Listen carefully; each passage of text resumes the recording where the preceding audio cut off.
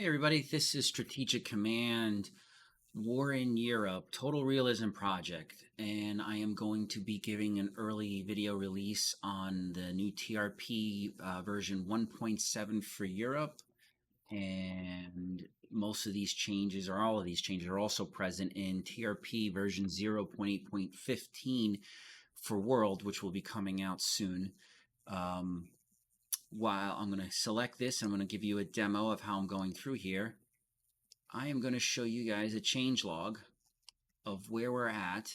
And I'm doing this because this is probably one of the biggest releases for TRP, other than the initial time that I did a release. We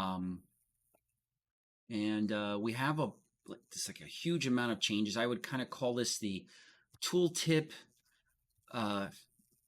escapade or whatever enhancements, so that people understand all the things that are going on in the game and what are your options. There's also a lot of bug fixes, enhancements for like the fighters. We've got the fighters back on being able to do ground attack. We've done a major, or I've done a major enhancements as well to AI. You see some map changes as well, quite a bit. And this is the TRP world list. There's a separate one for Europe, but basically anything in this list that reflects on the European map is there. So this, you can kind of gather by reading this what is what. So there was quite a bit of map changes as well, lots of bug fixes, tweaks, especially in the Finland area. AI got a massive overhaul.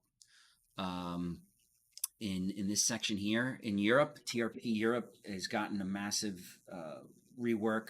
It uses a lot of the new commands, or all of the new commands that have been made available through the Pacific expansion, which will be extended out until the other versions of Strategic Command series at some point.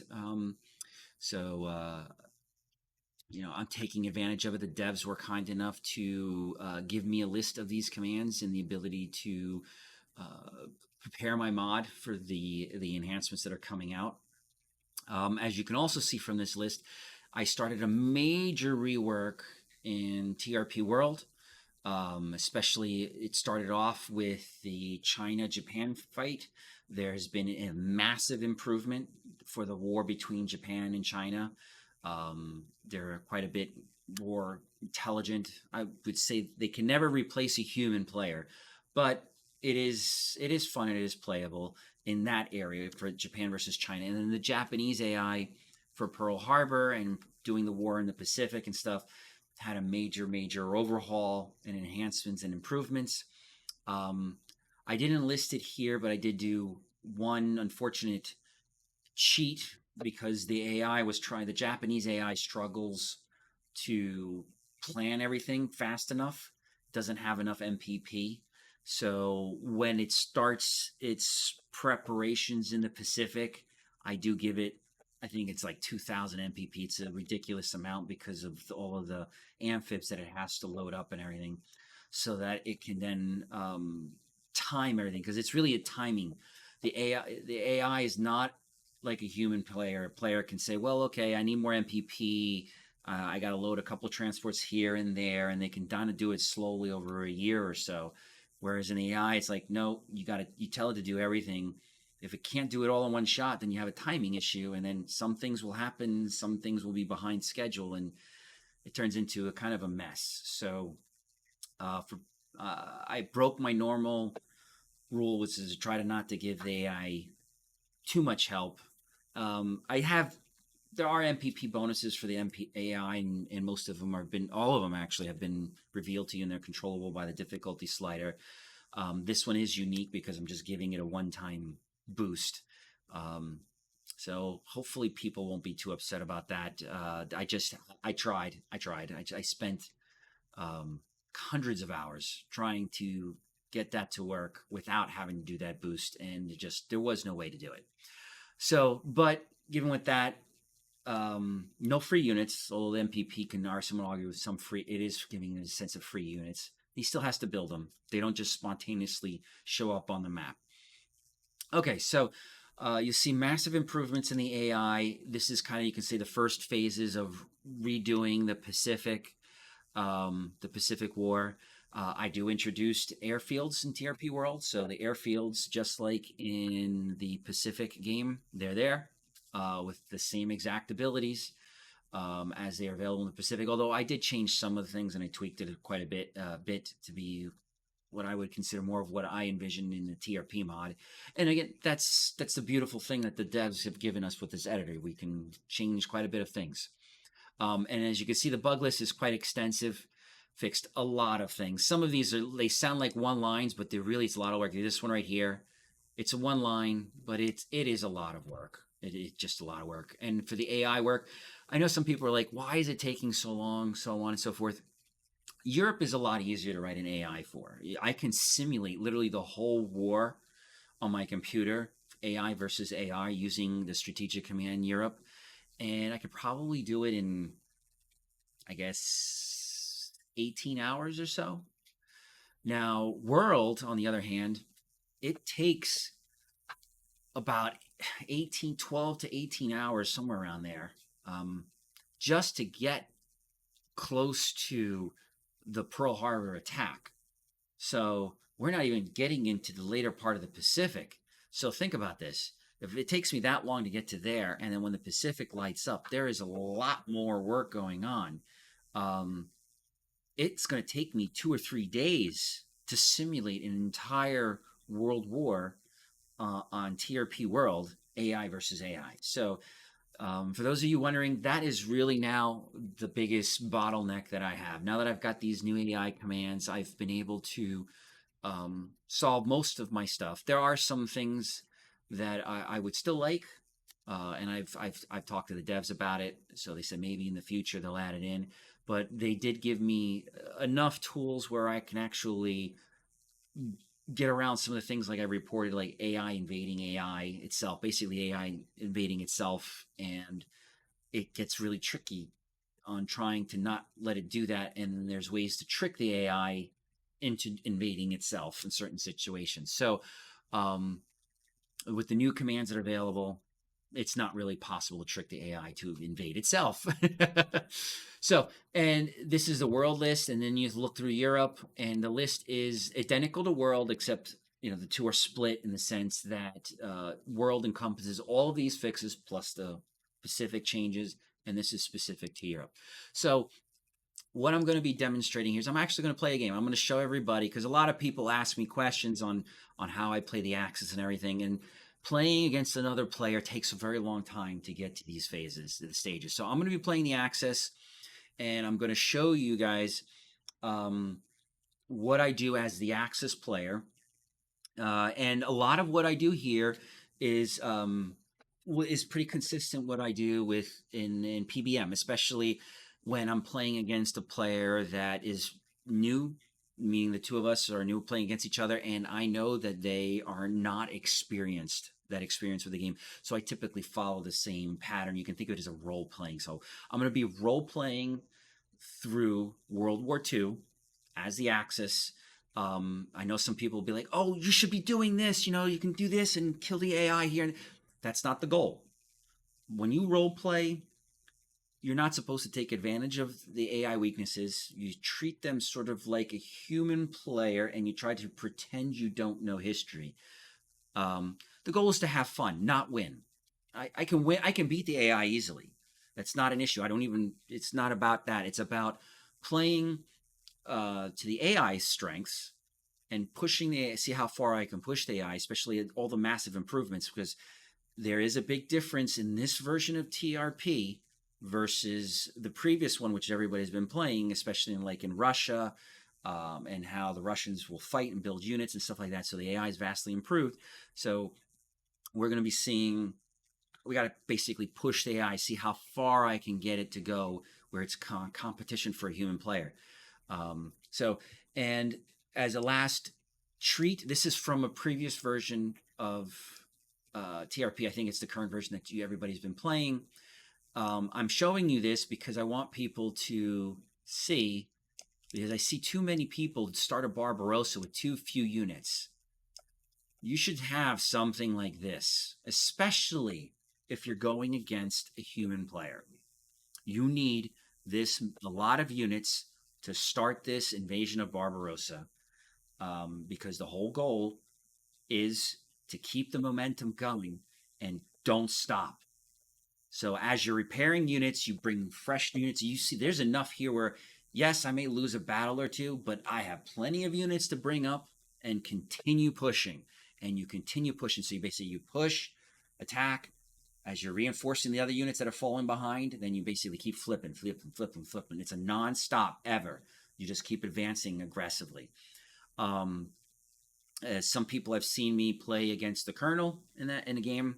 I'm not going to go into the politics in regards to that game on why it ended early.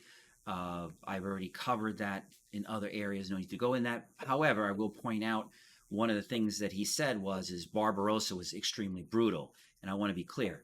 I was holding back, and I was role playing with him. But I started with something like this and was just constant, constant, constant, constant.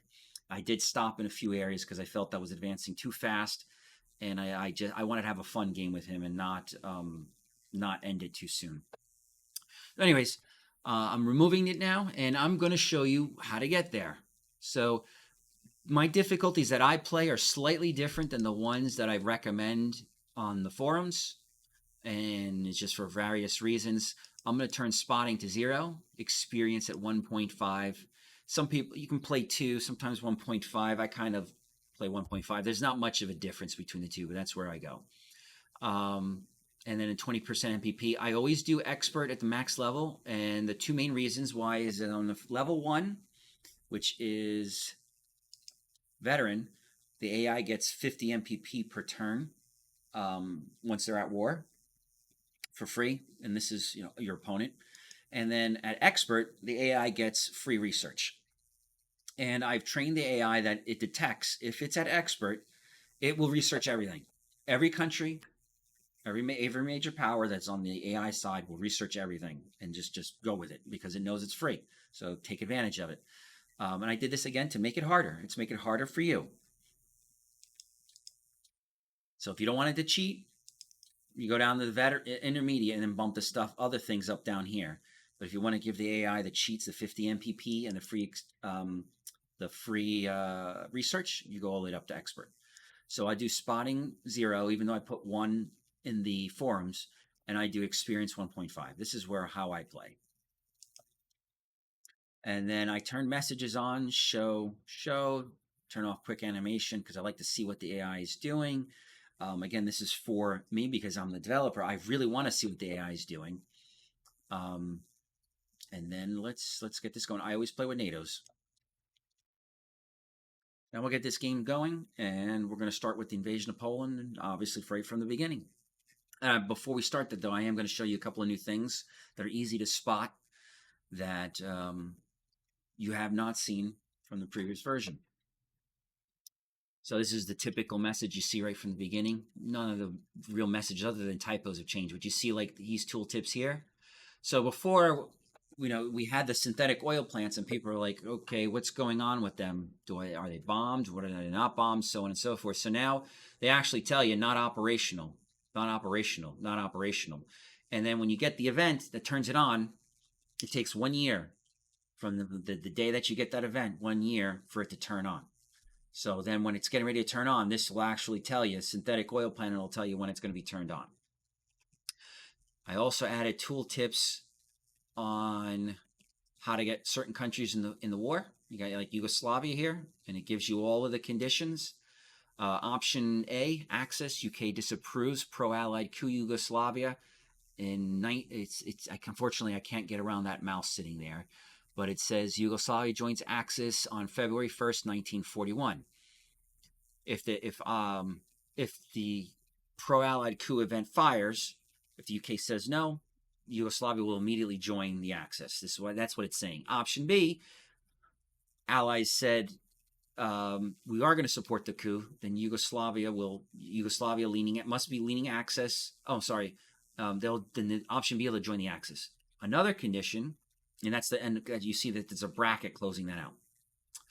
Another condition is Yugoslavia's leaning Axis, Paris, Berlin, Rome, Athens, Salonika, the city of Salonika, Sofia, Bucharest, and Budapest are all Axis controlled, then Yugoslavia will join the Axis the following turn.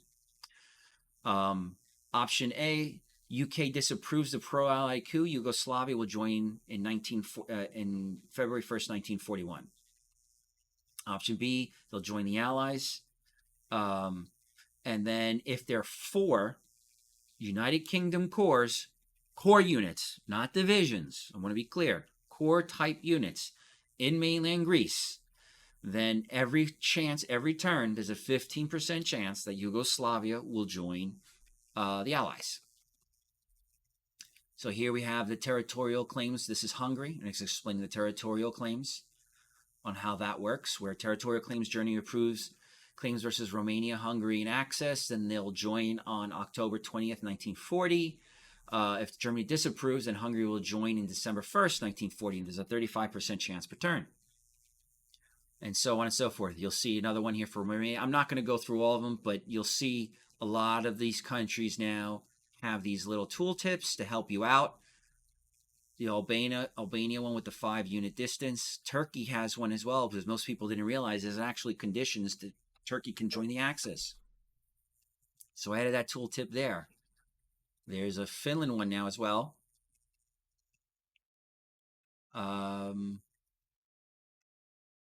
There is one for Spain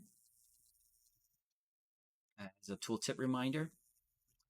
There is also, you don't see it right now, and we'll see it later in the game. In this game, there's a tooltip that will show up for Vichy, explaining how Vichy can join the Axis.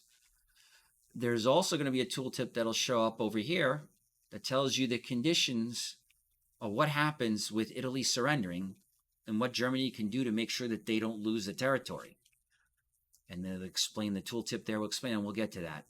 These other tooltips are here from before. They should look familiar to you. No surprises there. We've got the usual tooltips here. Nothing there has changed. All right, so let's get this show on the road.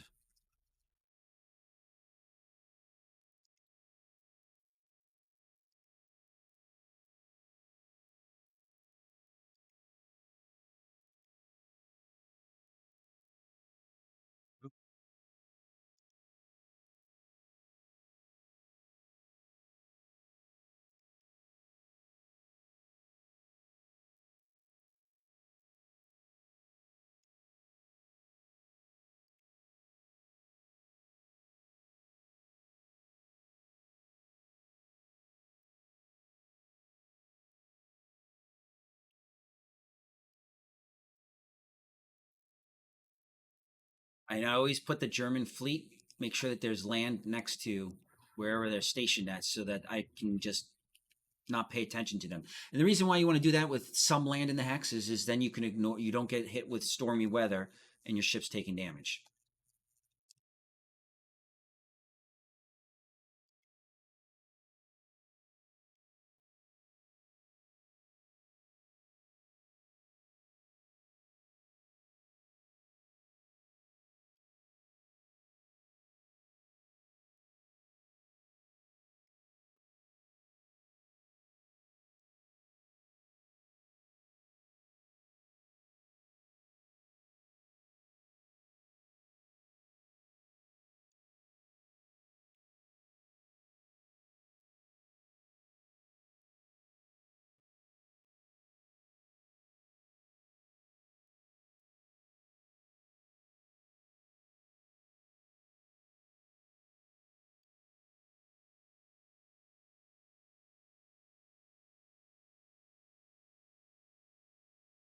This is just moving stuff into their main areas, starting points, so I don't have to deal with it later on. Say like falling asleep type stuff.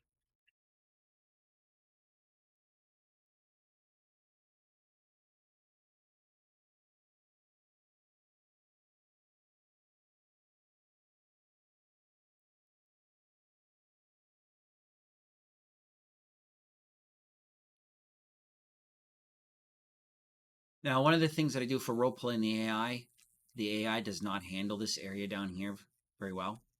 So I don't really, I use the existing units here and I just basically camp them all out on the cities. I reinforce them and stuff, trying to make it a little bit harder for the AI, so it takes a little bit longer. Um, but I don't send the units, I don't send an HQ. Again, this is one of the things when playing the AI. If you want to have the most fun and the most challenging, you have to mix a little bit of role playing and stuff. If you're experimenting and trying to learn, you want to do something against a human opponent and you want to practice at a totally different ball game. Do what you got to do so that you can figure it out and whatever you're trying to do and learn. But when you're just playing a serious game against the AI, that would be my recommendations.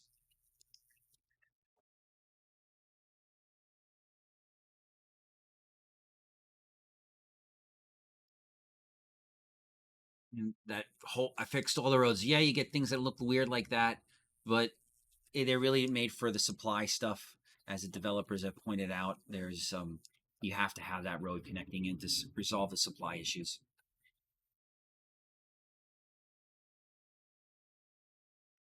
All right, so I think we did all of the basics. Oh, there's the one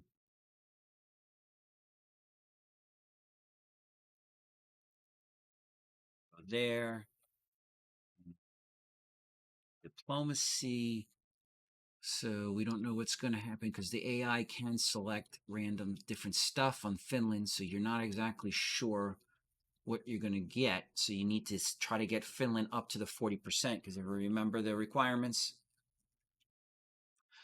Option A, Winter War, no Allied help. Finland joins Axis of German units in USSR. Finland must lean Axis. Option B, Winter War, Allies help. Finland joins Axis of German units in USSR. Finland must be at least 60 to the Axis. So there is a big penalty if the Allies succeed in sending the troops. But I'm going to warn you, people who play the Allied player, when you do that, you risk this front remaining this close to the Russians, Leningrad especially. Now, the Finnish units, when they deploy, I'm using a command that most people did not. I didn't even realize it until I guess 2 or 3 releases. It is in the current release of TRP that you guys are playing. You can give multiple locations for reinforcements of units, and it goes by the first one. If it's not available, then it goes to the second one. So the Finland units don't always deploy in the same area. If the border stays here, the Finnish army will deploy heavily right up here, and they will be attacking. I mean, they come in full strength at 11. So there's no longer this thing where the Finns got to repair and do all this. No, they're coming at you, and they're going straight for Leningrad. I did this on purpose because this is a major thing. The Allied player, yes, Finland could potentially be out of the war if you're lucky. And the Germans didn't do diplomacy, but and you're sacrificing a lot. So you're going to have to select the option to send the troops, and then you're going to have to use all of the UK's and French diplomacy to keep trying to shift Finland. But what happens? Again, I said this in my other PBM games. I did the videos. You got long-term thinking. You're sacrificing Cuba, and you're sacrificing Colombia, and you're sacrificing Saudi Arabia production for the United States to do this. Is it really worth it? Now, it may be part of your strategy, but you also got to think, okay, if you completely succeed, you may cause some major ripples in the game against your human opponent, which causes the game to be ending early. If your opponent is a really strong player, they'll find a way to counter this. But at some point, you're going to have to shift your diplomacy over. So keep that in mind, that there are pros and cons. It's not, don't just say, oh, well, I can do all this. There's effects that will, the United States needs those MPP from those countries to get their research up. Okay, so option C, no winter war, Finland joins the Axis of German units in USSR. Finland must be at least 40 of the Axis, which it is a viable option. Maybe the Russians don't want to do winter war. It's possible. So, but the drawbacks of the Russians not doing that is then they don't get the option to add winter equipment, which means that in 1941 if the Germans invaded. And then the winter event is only in 1941. So if the Axis launched in 1942 Barbarossa, you will never get the winter effect. It only is in 1941. So if the Russians don't pick the winter war, then and the Germans do launch in 1941 Barbarossa, both the Russians and the Germans will get hit for damage massively for that winter. Let's keep that in mind. So now let's go back to diplomacy. I'm going to put 2 points into Finland. And my third one is I want to make sure my main ones are my friends. So let's start focusing a little bit on Spain. I want to get them high enough where it doesn't make my opponent, which in this case is the eye, panic that I'm trying to get them aligned to me. But I want them high enough so that it takes a few diplomacy shifts before they can screw with my production. All right. So research. Right now, I don't have enough MPP to do anything. So we're going straight now into combat. So let's take a look what I've got here. Now remember the difficulty level that I'm playing. Now, some people don't realize this, but if the difficulty in the middle of the game is too hard, you can change it. When you're playing the AI, that is one of the cool things that I did like what the devs did, is if you're playing against the AI in a single player game, why limit it? Why tell you can't change the difficulties? You're not cheating. You're playing against yourself, really. So by yourself. So if you want to change the difficulty, you find it too hard, and go back in here, hit the settings, and change it. Just wanted to point that out in case somebody tries to do the settings that I do and they find it too difficult. All right, because you will see the damage. Like I think without the difficulty setting at 1.5, this is actually a 0.5 attack instead of a 1.5. All right, so I first scan and I look at the units and where I'm going to be launching my attacks, and then I set my HQs all into auto assist.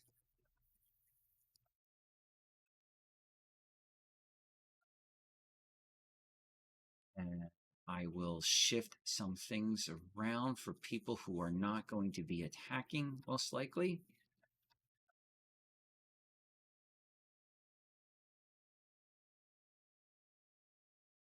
Fighter will not be seeing any combat.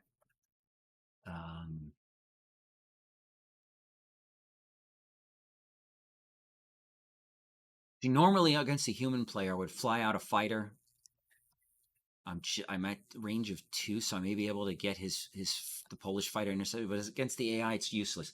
A human player won't reinforce the units because they know it's a waste of MPP. The AI will. So by me doing this, yes, it'll burn some UK MPP, but he's going to reinforce the unit anyways, and it's kind of like defeats the whole purpose. Okay, so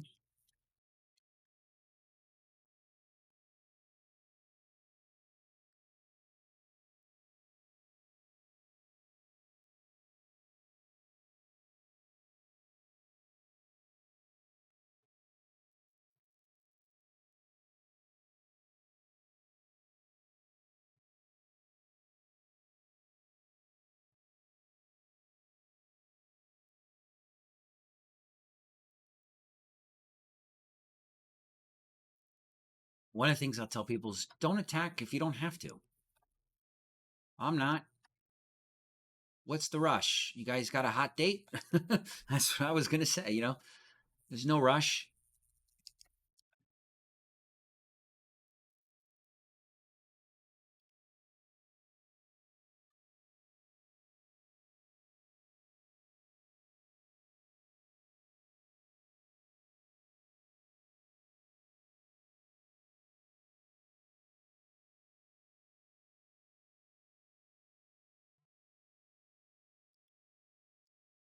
See that?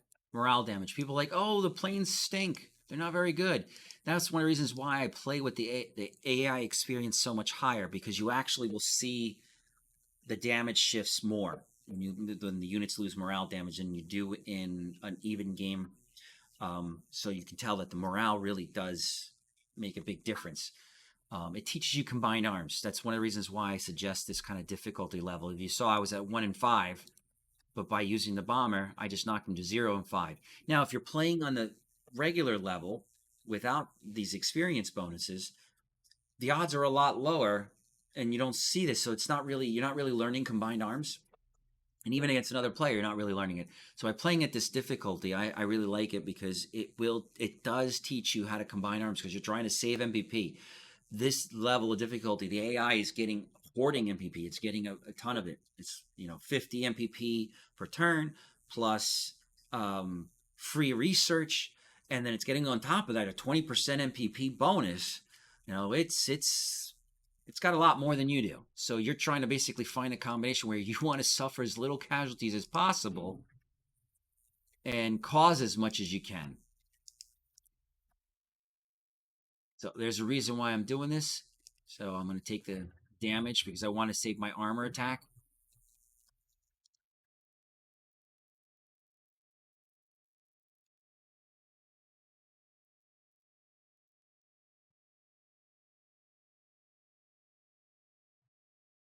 Ouch, that one hurt.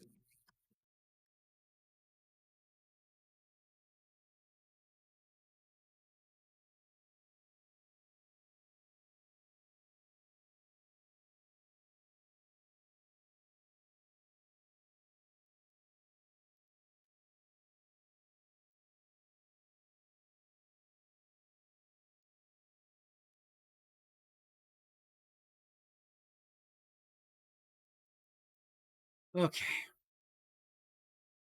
So patience is a virtue.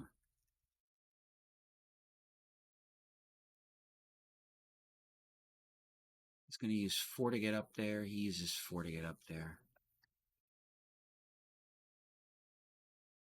Get up there.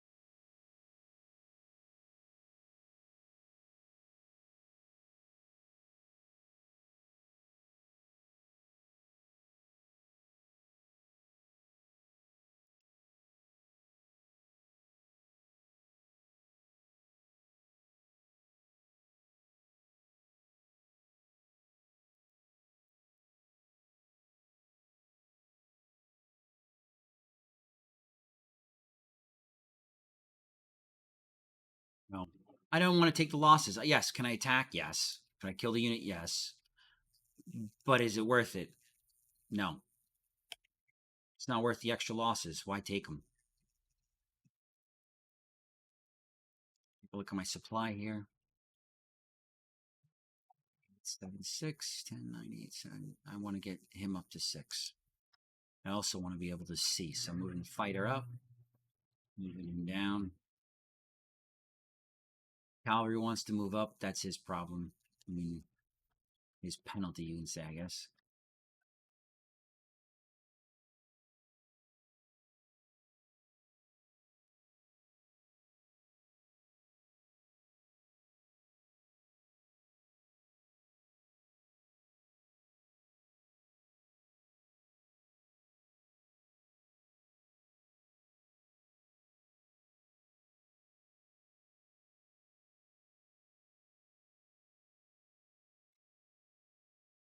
So to prevent the AI from getting around you,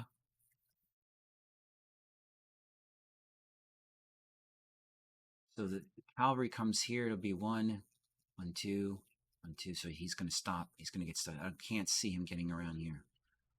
All right, so over here,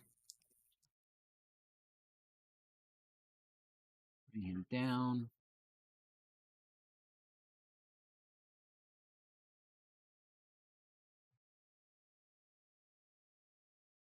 The reason why he's getting hurt is because of, or a penalty in his attack, is that river.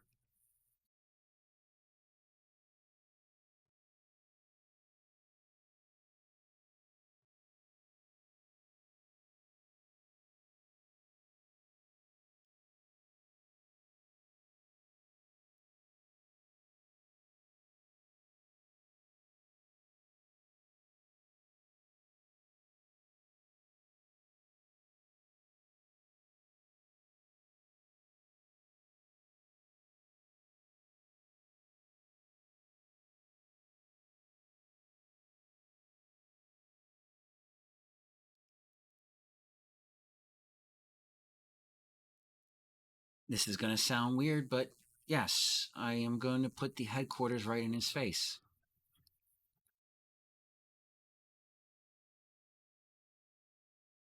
Headquarters are tough. They are not wimpy. And against a division that's out of supply, it's fine.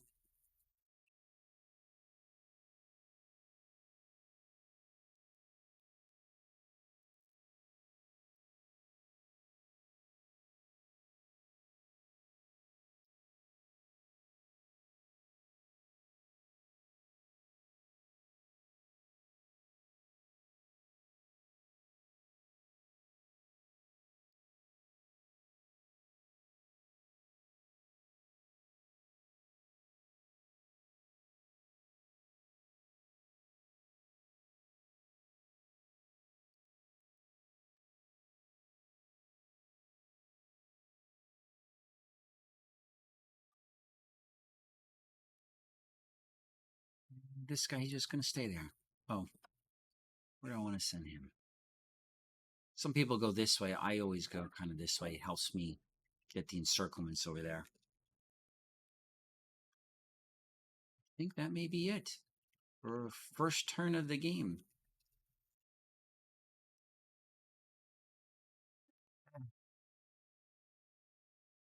Could advance.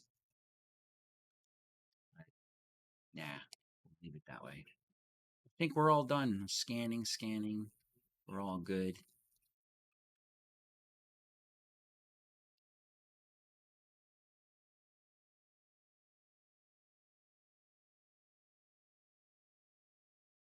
All right.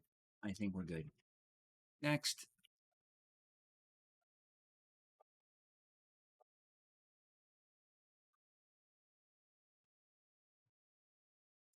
Portugal protests German invasion of Poland.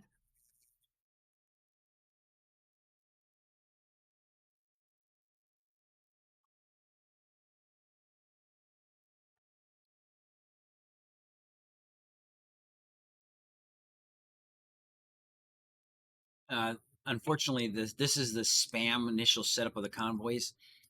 Um, could I suppress them? Yes, but if I suppress them, they're suppressed permanently. So meaning like if the convoy went down and then came back up, you would not know. So you only get this initial spamming in the beginning. Oh, I didn't see how much MPP I got. Next round. Um, but then you won't see it again unless the convoy comes down and then comes back up. UK upgrades anti-aircraft defenses in Malta. People who are familiar with the mod, that's nothing new.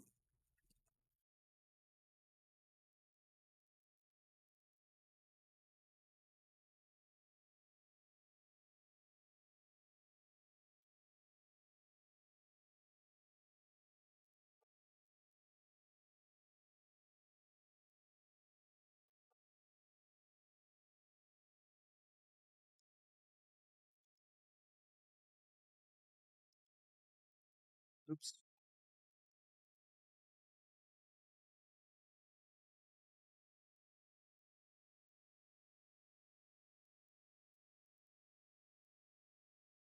It'll come back. Just the AI is doing its thinking.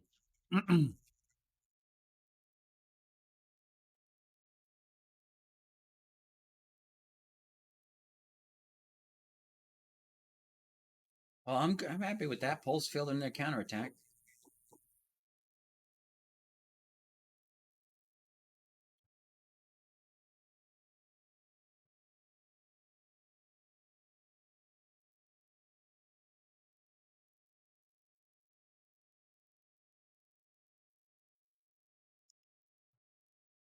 And again, patience. Some players will panic. Oh my God, the Polish units are about to invade the peninsula here. It doesn't matter. There's no MPP here. Who cares?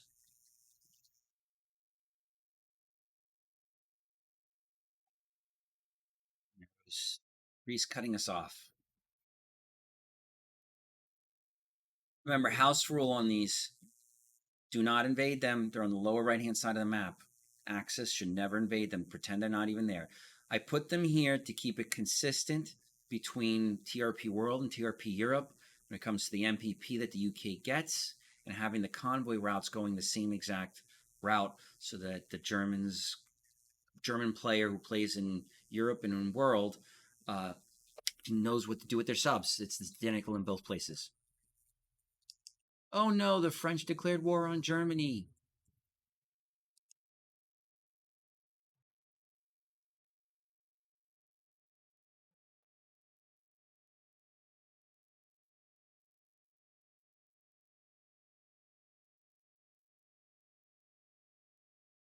Uh,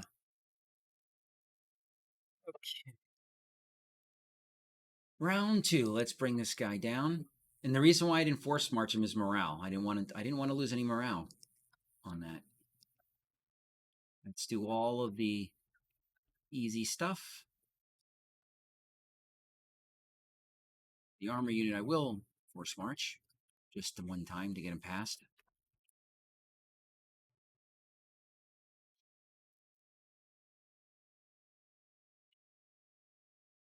Actually, just gonna park him.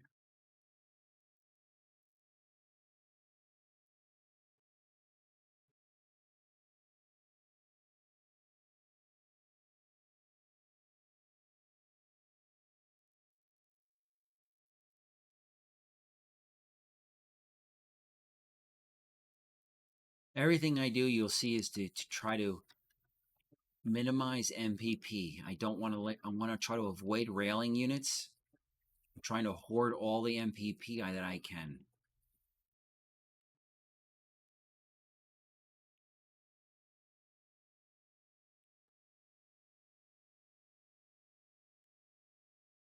Ships anymore? Nope. Let's take a look at subs.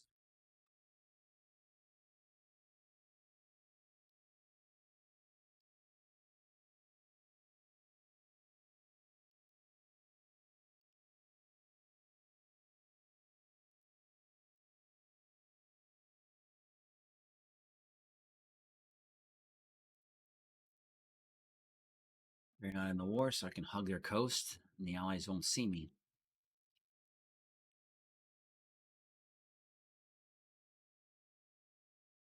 Let's do some research. Go for Germany. Actually, anybody you side you play. This is the most important research, always. Always. Second one is cutting this cost down. Next round, I'll start doing all the other ones. You notice I'm not reinforcing. I'm not doing any of that. What I will do, though, is upgrade him to a level 1 fighter. That's it. Just to intercept in case he bombs. All right, so now we're getting into range, most likely, of his fighter. Let me figure out what I'm going to be attacking. He's somewhere, fighters around here. So it's 1, 2, 3, 4, 5. So he can basically hit anything here. So I do want to engage his fighter. So with that said, let's run that mission. There you go.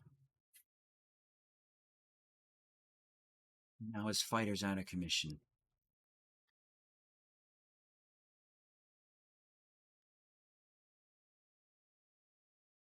So now we need to get through Lodz. He retreated from the mine. He's not entrenched.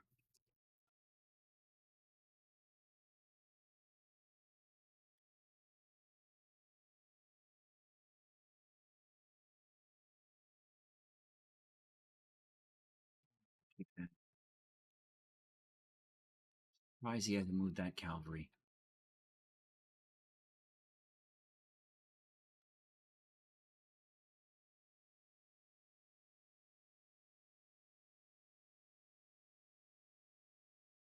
Like I said, patience. So I'm not going to take any, I shouldn't take any casualties, and I should be able to remove this entrenchment. I want to get through Lodz.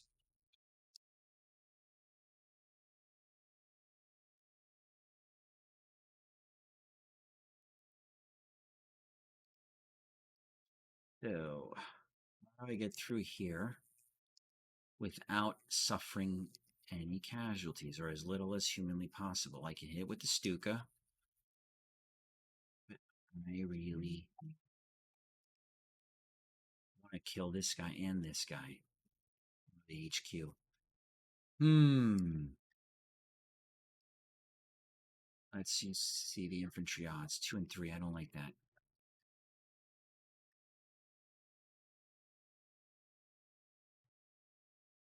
1 and 2.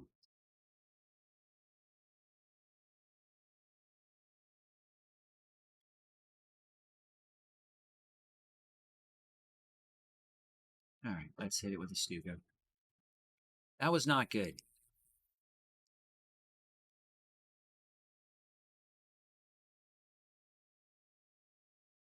Let's do it.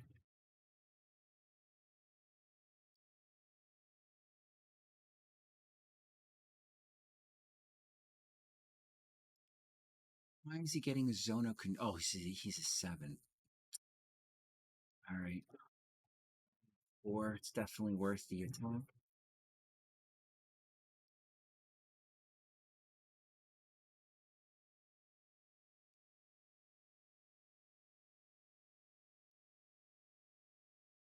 I'm going to bypass. Oof. That's a tough one.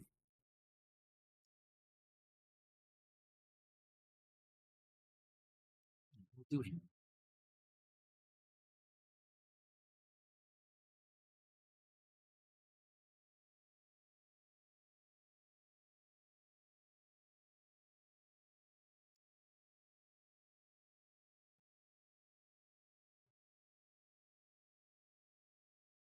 Should have checked the Stuka first. That was my fault.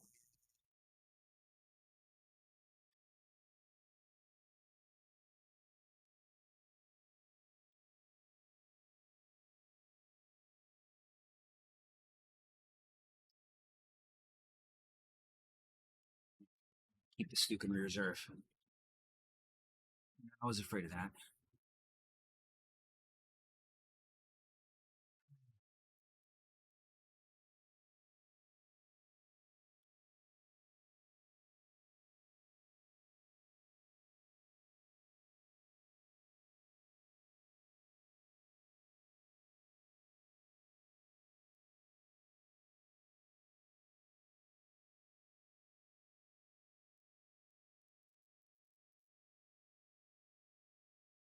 Again, playing at this level of difficulty with the experience bonus, it teaches you. So if you need it, I look at a lot of the combinations.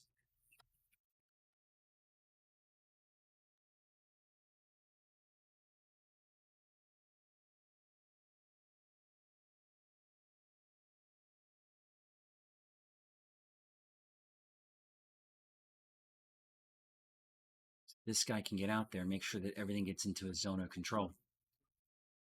So these guys will be trapped here as their supplies dwindle.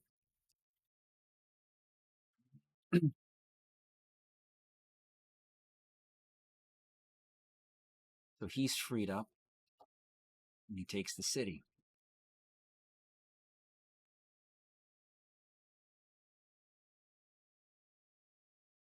And there was one thing that some people don't realize. So you saw that when I was up here before and I clicked this guy and checked over, right? It said that it was 2-1. I was going to lose 2 guys, 2 points, and he was going to only lose 1. So I didn't do anything. I never bombed him. I tacked down here.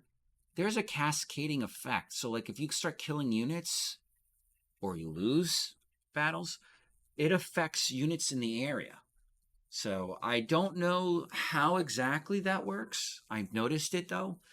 It's been there in every version of Strategic Command. So I don't recall seeing anything specifically by the devs in the game engine, but it's kind of worth it to kill the units that are easy to kill because it lowers the morale of the units that are harder for you to kill because then the odds will change.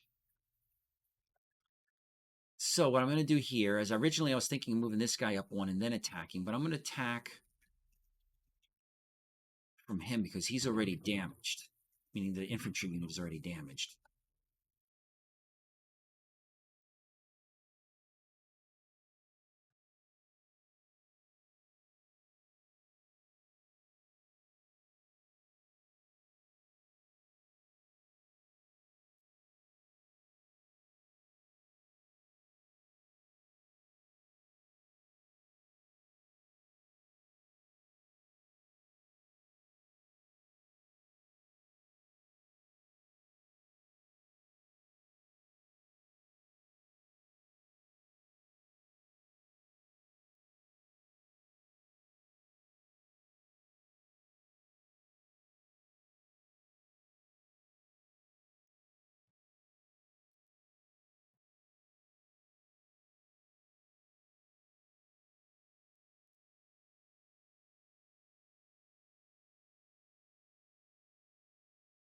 Now he can't get up there.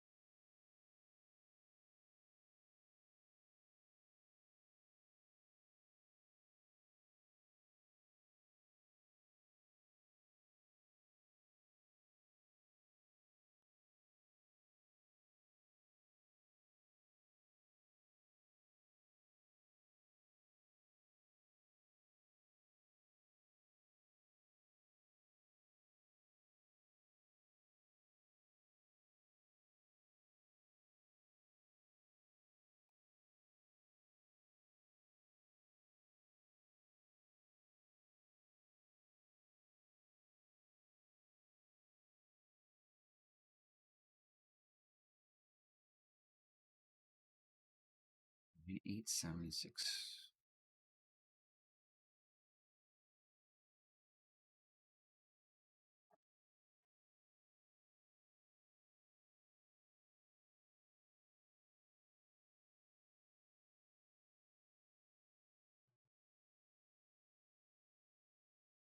Six.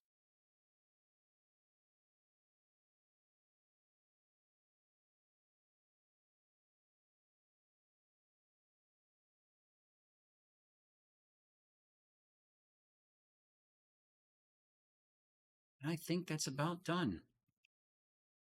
A lot of maneuvering, and it's not always the same every game because combat is got a randomness to it. So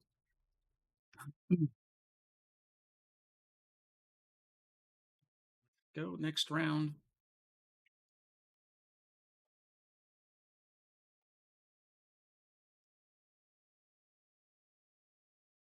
If your allies Spain continue to struggle, do we want to basically help Spain out from their civil war? I always say yes to this because it gets them shifting into my area, and the cost of MPP is very, very minimal.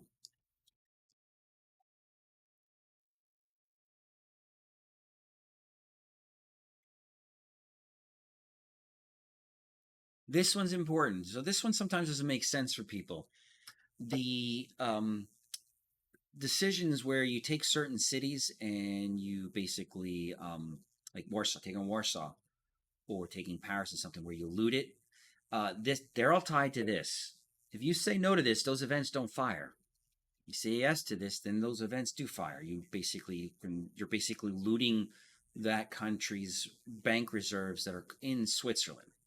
So you always want to say this yes to this because that 15 MPP for 2 turns you get tenfold times back.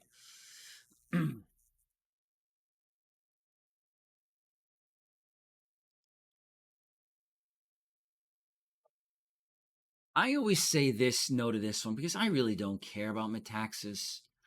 I'm going to take Greece out no matter what. Why do I want to spend more MPP in doing it where I could use this MPP in other areas? I mean, some people just say yes. Um, I just say no. I don't care. I'd rather keep as I think it was 15 MPP for 2 turns. It's 30 MPP total.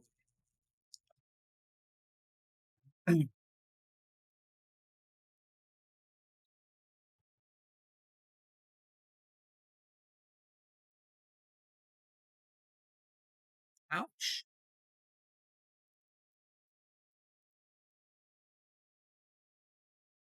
We're lucky this next turn Warsaw will fall. See how the weather holds up. Where is it? We're lucky.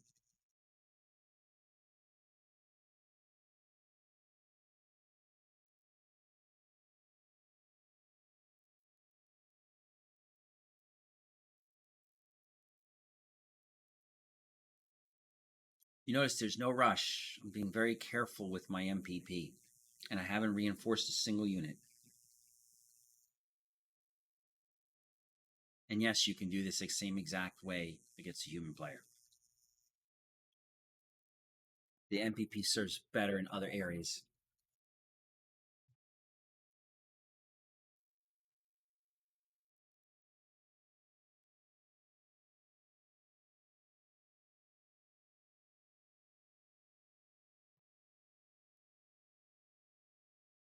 Ouch.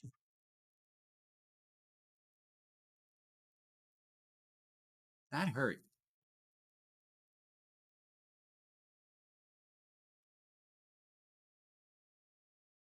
But at least he lost his entrenchment doing those shifts, and he lost his zone of control.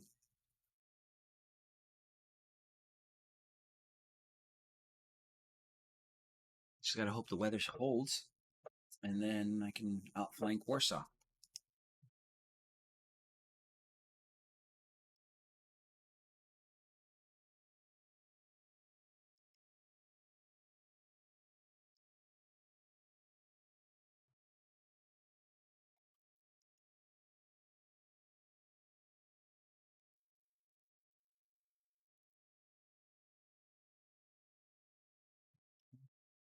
I am going to pause this for a second, and then I will be coming back.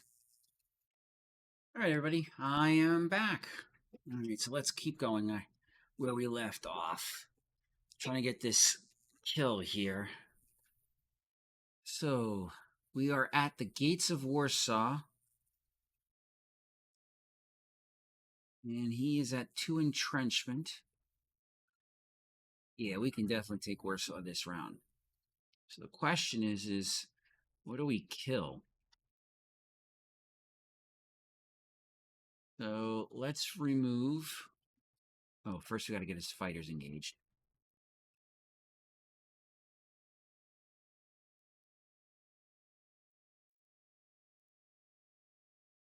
That works.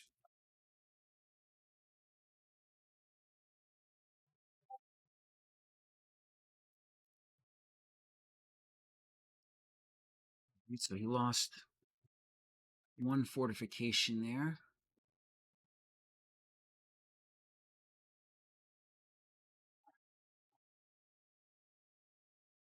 Hmm.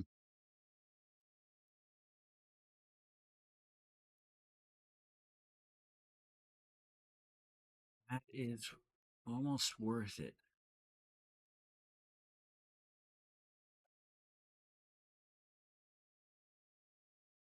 And I want to use him because he's already hurt. It's easier to reinforce 1 unit than multiples.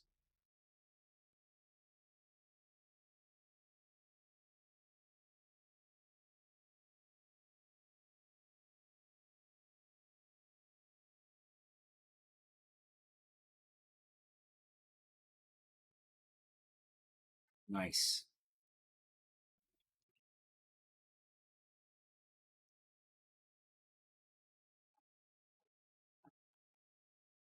Even better.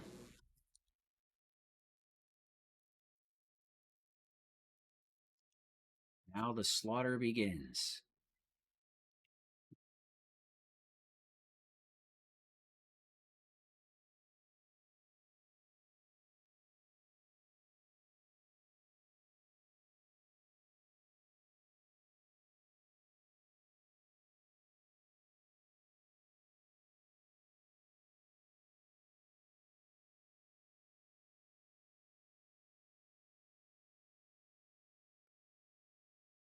Now we're just trying to kill stuff.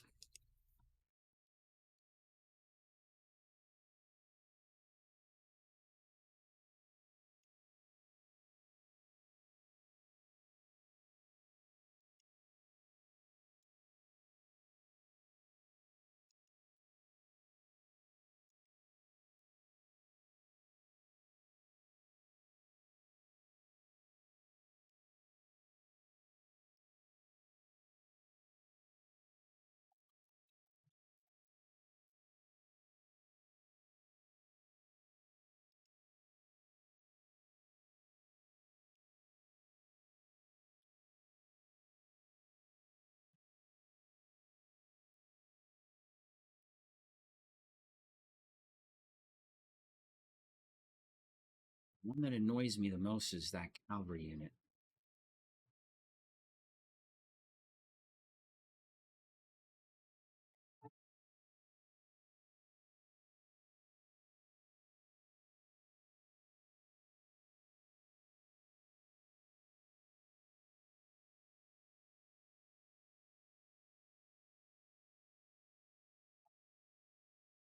Trying to kill the units because it'll help the Poland surrender faster.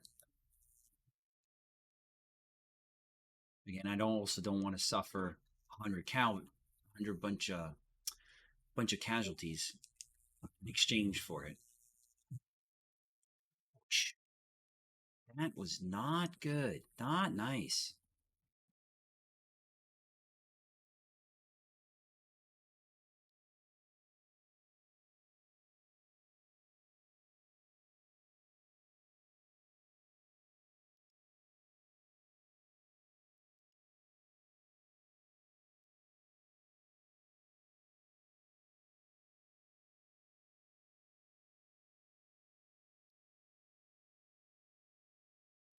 I don't really want to spend the MPP on that.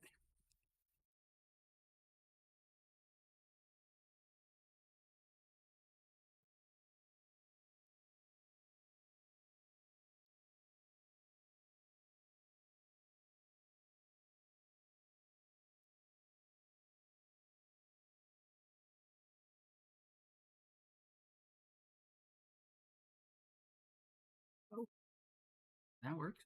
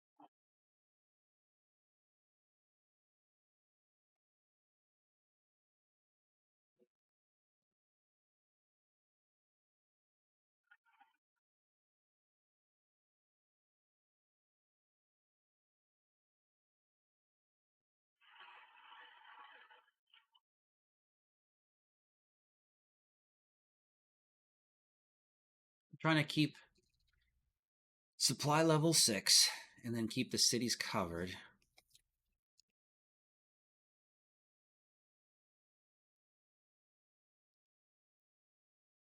Was it 987?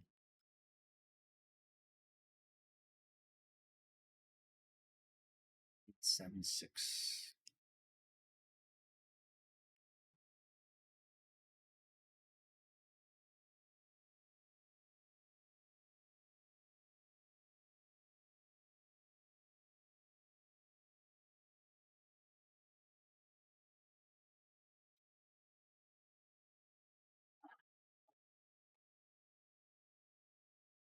And of course, I forgot to move these guys. All the usual suspects.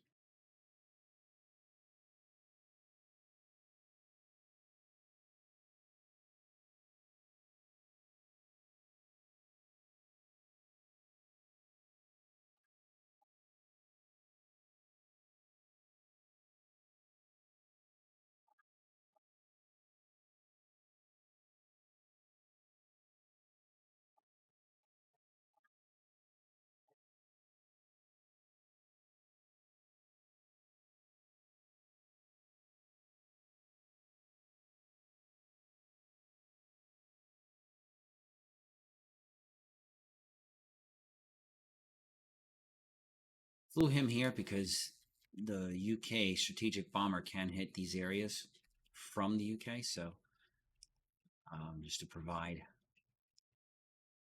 some protections.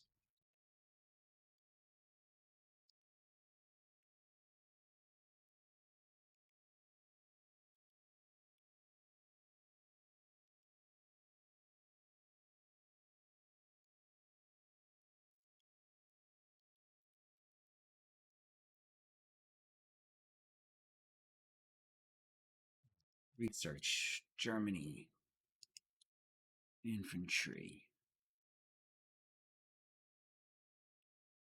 tanks, Italians, production. Be it. And not reinforcing. I even reinforce that guy.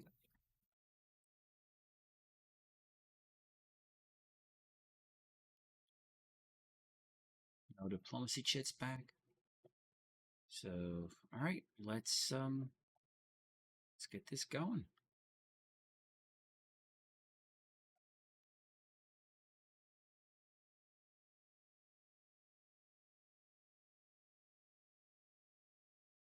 That's from the Switzerland event that I spoke to about last round.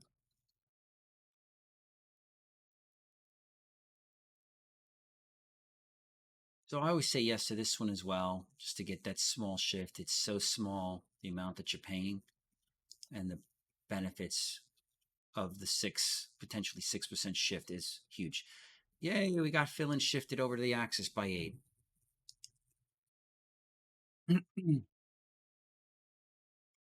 Goes the AI pounding on Norway. That is one of the things. So if a human player is playing the Allies and he hits Norway, they will start shifting over to the Axis, and they have a potential of interfering with the mining event. So if you're playing the Allies, you got a choice for doing a mining event. If you uh, choose yes, but then hit the Norway convoys, there's a chance that the mining event will be blocked. If it is blocked, then Germany will get the full Swedish resources all year round, instead of just partially the year.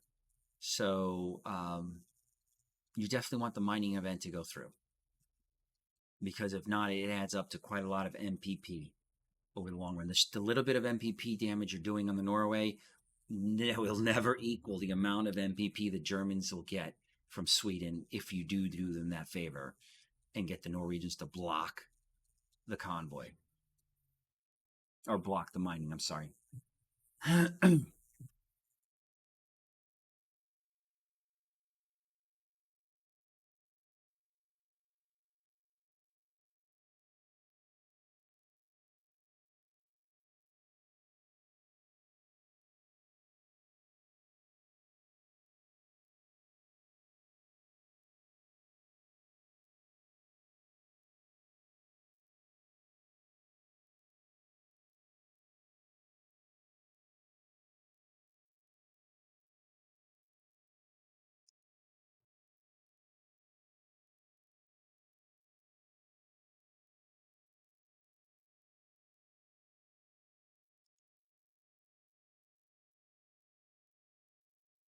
This is just a flavor event. It doesn't mean anything. Just giving you a history lesson. All right, let's do some of the smaller stuff so we don't forget. It's easy to forget this stuff.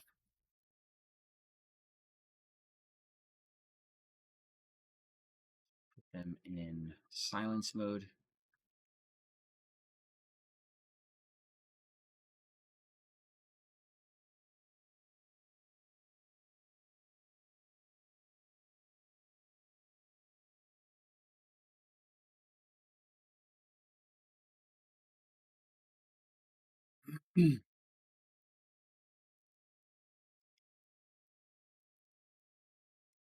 All right, so let's see.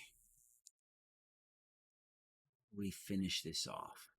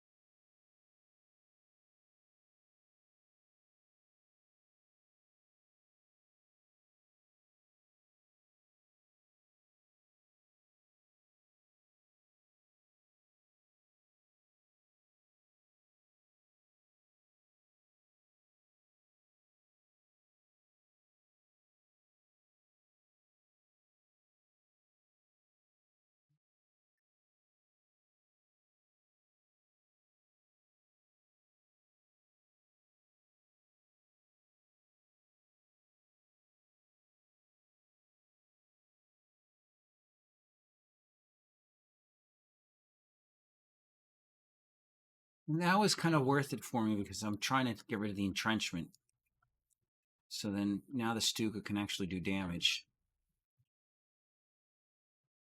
I'm not doing random clicking. There's reasons to my madness. And now the armor can actually finish him off without having a penalty.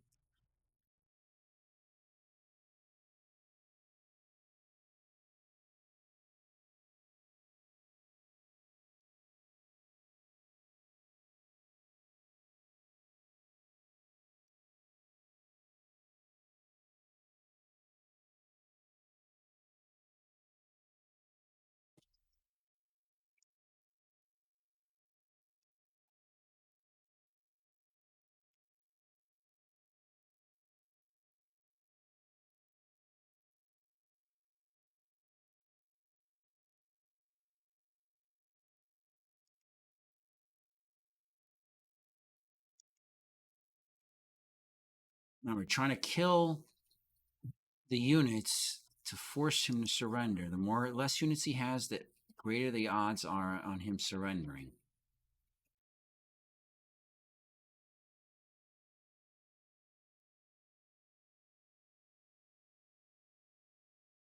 Hmm.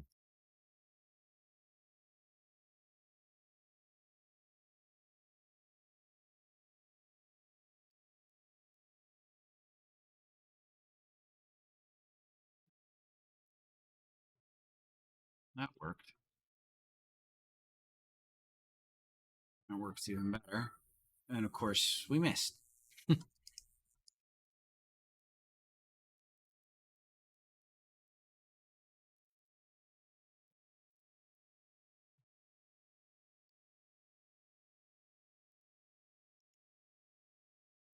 Ouch.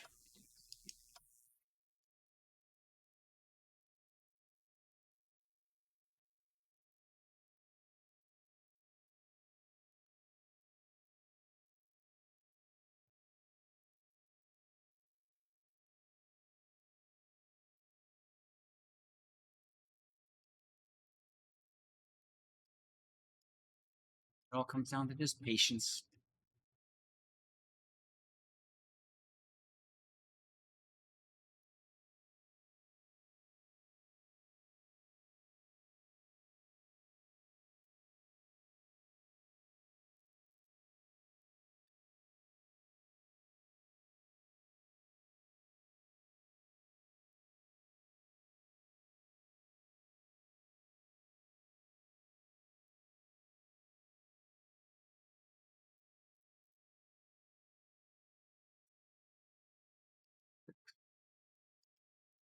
We should be able to put out 10 right there. Yep.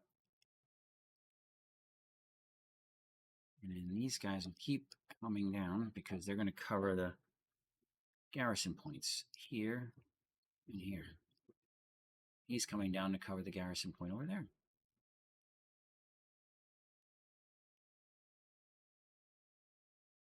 And I'm bringing everything I can inside of Poland. Everything is inside of Poland. So hopefully that'll force the surrender.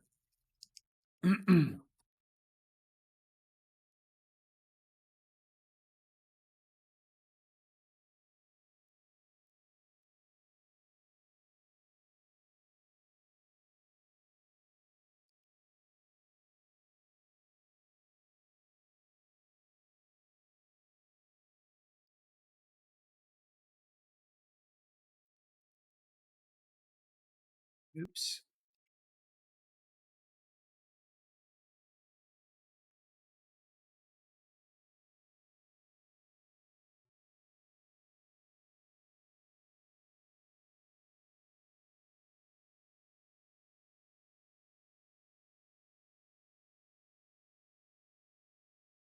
All right, and we have the diplomacy I got to do. Diplomacy, Finland again. And then we got research, no purchase.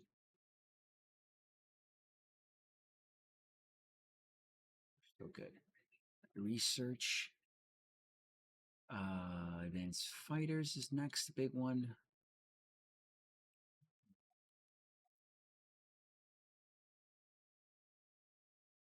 Range aircraft is really important. The Italians, I'm going to go with an infantry focused. Of course, I am short, so we won't be doing anything. What I can do is anti-tank.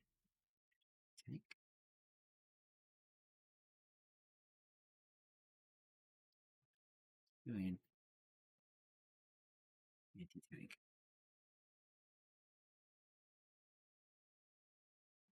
Right. I think that's going to be it.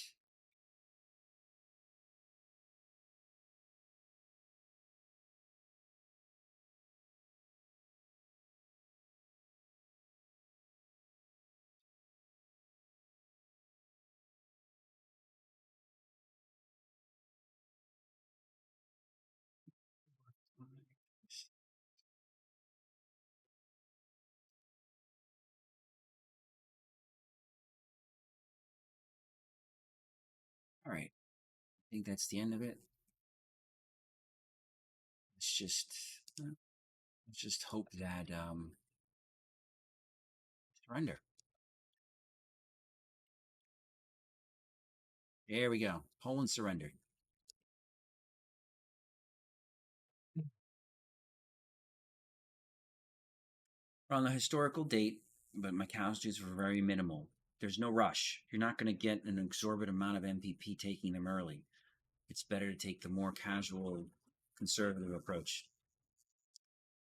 For the Italians, you always want to say yes to this, yes to Sweden, because you not only you get the Sweden moving, but you get all that extra MPP to build other stuff that are more helpful to you.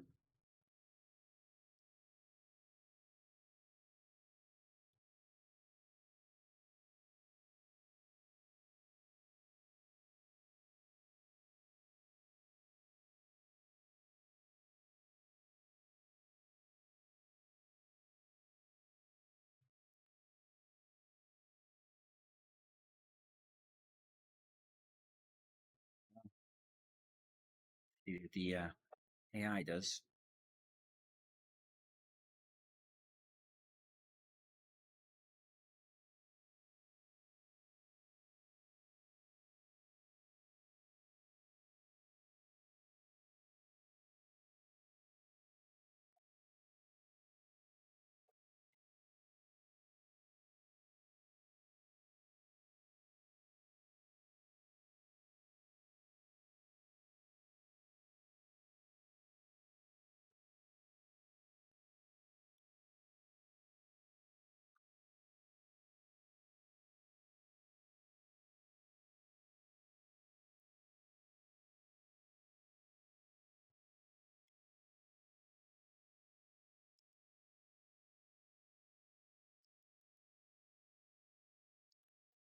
Darn ports. The national morale bonus is nice for the UK. I always say yes to those just for the national morale because they do affect your combat readiness for the UK units. You want your UK units to be tough against the Italians. Put it that way. All right, so let's start shifting this stuff over. With the fall of Poland, we are now into full swing mode to prepare for the fall of France.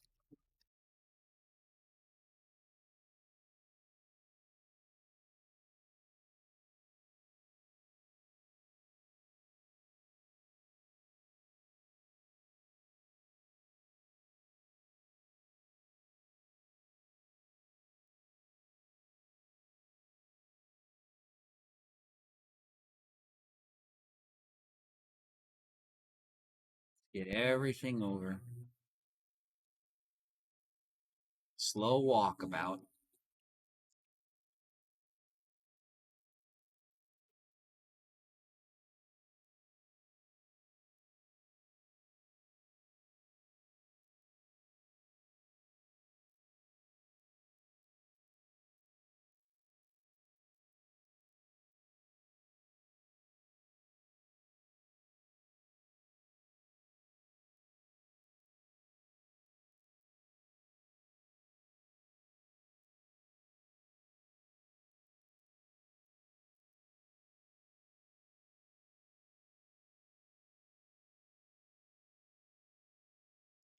These guys, I'm marching them down here just makes it easier to get them to North Africa.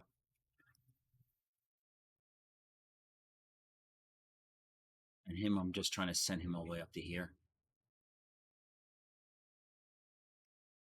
Defend that spot. These guys are just getting sent to the cities.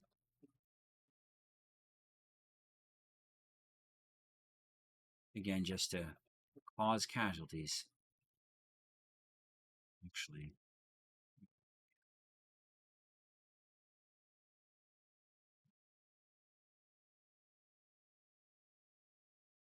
okay. Subs in stormy weather can only suffer morale damage. They won't actually suffer damage. So it is a good thing to keep your subs in bad weather because the allies will be risking getting damage if they go into the bad weather, while you are not.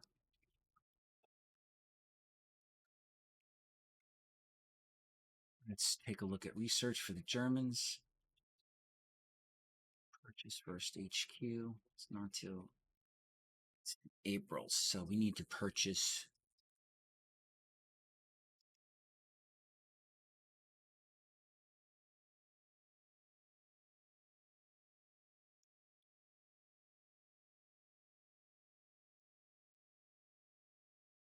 I need both of these HQs.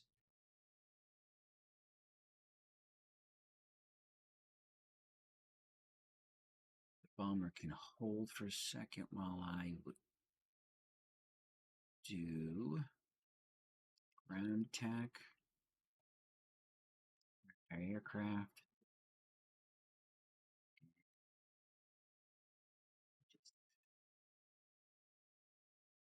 Italians infantry.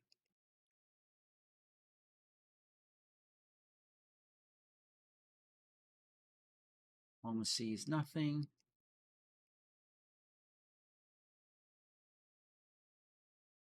Just all quiet.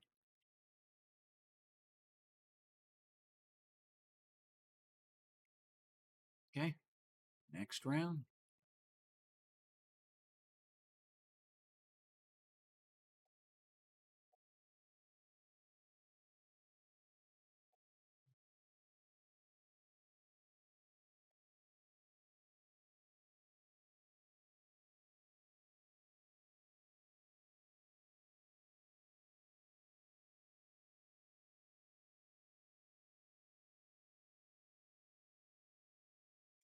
So the reason why to ban it, there's events in here that will cause propaganda. The propaganda events are actually caused by the the Communist Party. So if you ban them, then you won't get the propaganda events. But you do piss off the Russians, like they did here.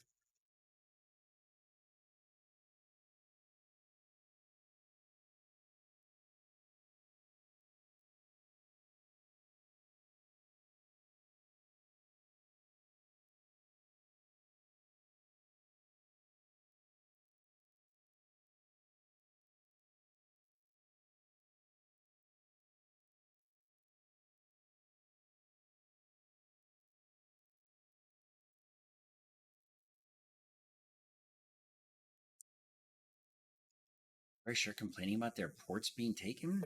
I thought they wanted to speak English at those ports. All right. Let's keep moving our stuff over.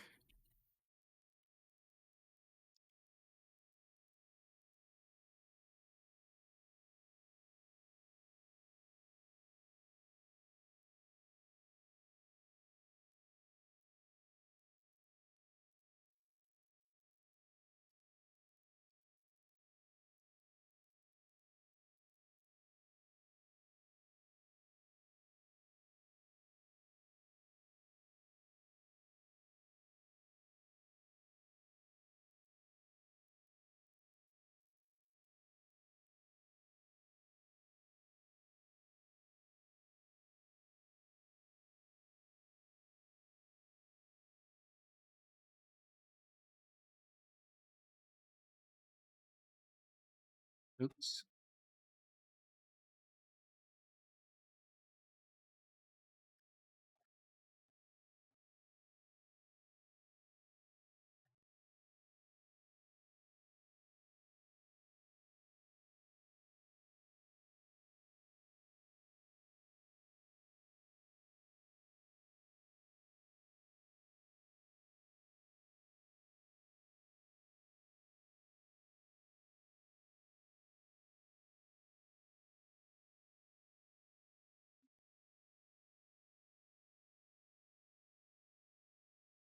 Oh, I didn't move him last round.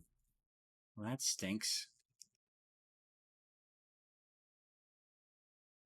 That's the best way to move. Okay.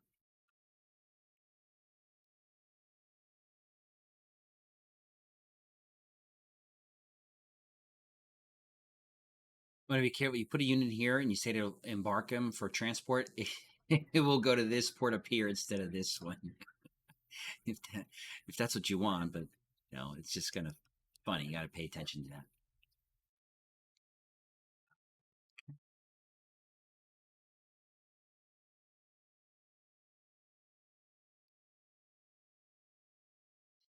The unit up here. Give him a little bit more of a fight.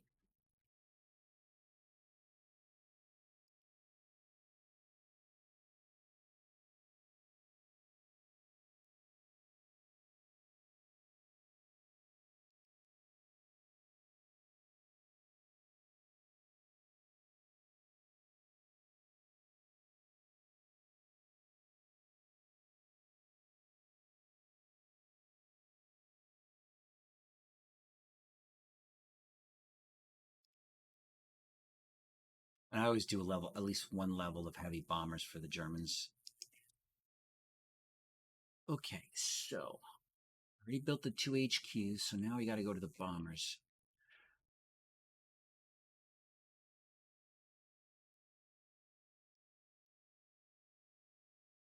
Build one. Let's go ahead and give him his ground attack. Italy, on the other hand, research anti-aircraft.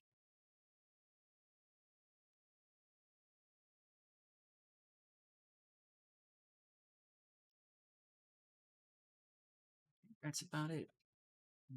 Nothing else going on. Nothing in diplomacy. Nope. Let's get this going.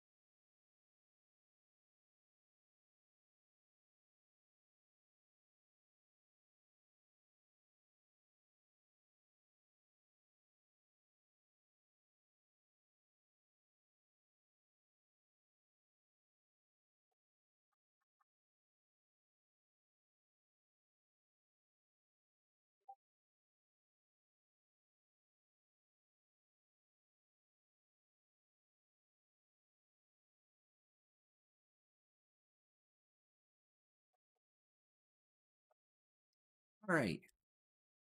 Let's do some of this. And let's move it there.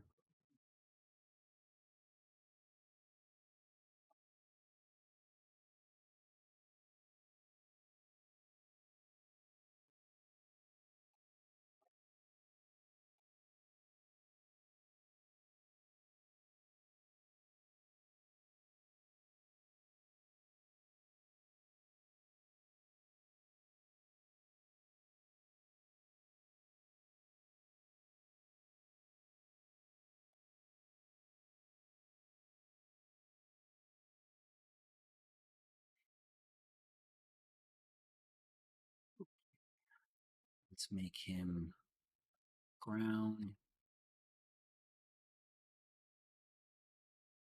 Let's make him grounded. Keep him out of the cities.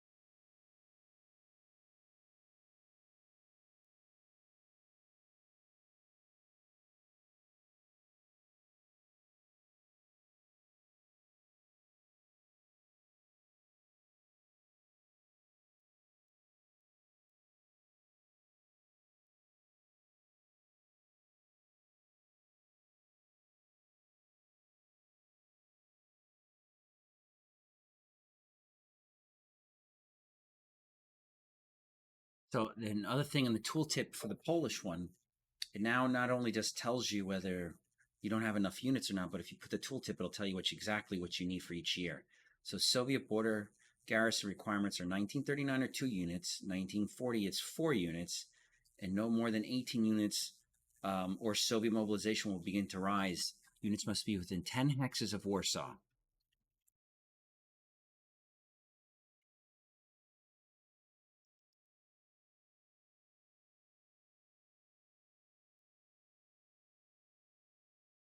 And if you notice, my 4 units are 1, 2, 3, 1, 2, 3, 4, 5, 6, 7, 8, 9, 10.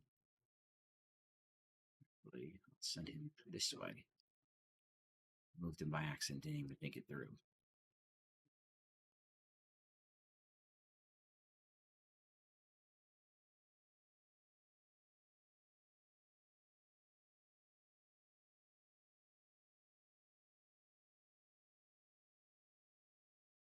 Research.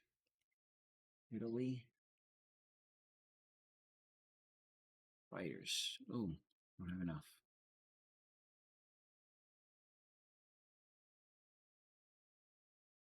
That's right. Need a headquarters for Italy. And the anti-air. Bum, bum, bum.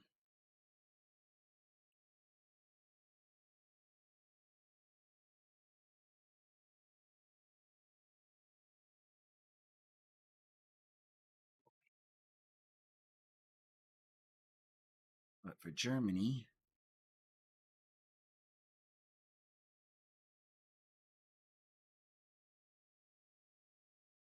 214. That'll leave me with 314, 170.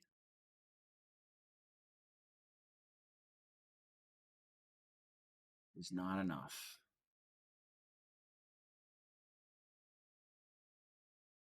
So we'll do him. So they're ready as soon as I start Low Countries invasion, which will be the first week of May. Build maritime. Save that PP. Think we saw anything with diplomacy?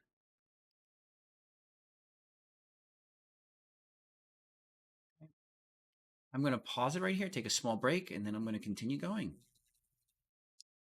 All right, I started the recording again. I'm back to continue on. I actually connected this to as well as Discord, so anybody who's in the Discord channel is actually watching me do this live. And at the same time, they can actually hear me talking.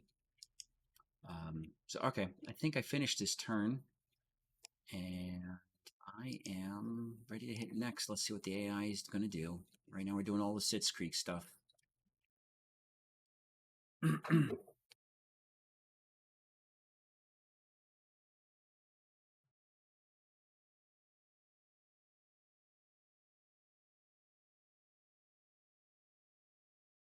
There you go, tanks. Nice. That's always a good one.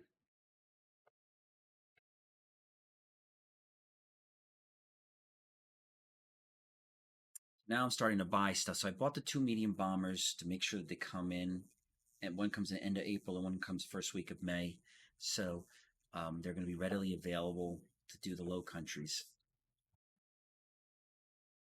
You want to always and trying to time everything to come up at the same time or around that time.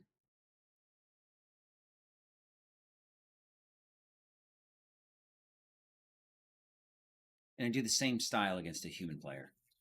So a lot of these moves are pretty much the same, no matter who you're playing against, whether it's the AI or a human player. This overall strategy is pretty much the same. Where things start to deviate is where what are your plans after the fall of France? Since the goal here is just to play a historical game, see how the new AI works out in Russia with the Pacific War changes and how that all plays out. We're here to kind of test live and then also go over the changes that came in with this new version TRP. So let's see, we'll move him here. So he is within 10 axes. 1, 2, 3, 4, 5, 6, 7, 8. He's way within 10 axes. We'll keep our march going.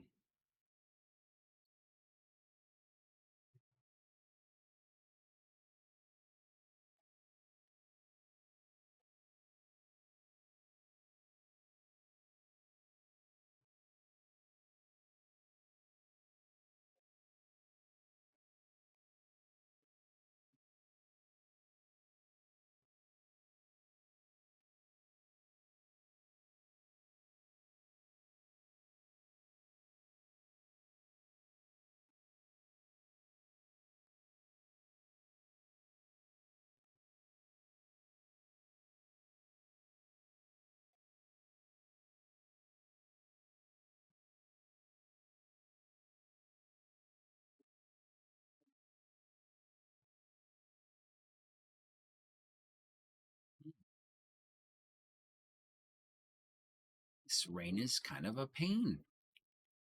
Now, the partisan hex is here in Warsaw, which you can do from 1 hex away. Garrison's slowly making it. And he finally made it and didn't have to spend any MPP to do it, just patience.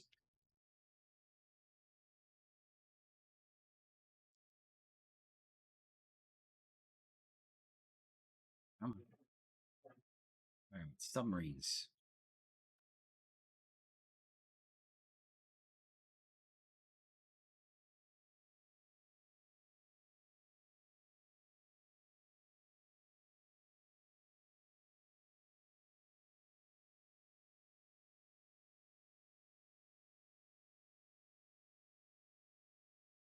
Purchase. So now we need the maritime bombers. They're next. 214, and if I make, yeah, they're 214 each. I can build them both. So I have 111 left, and I am going to keep them. Actually, yeah, I'm going to keep them because I had to buy a lot of other stuff. Italy.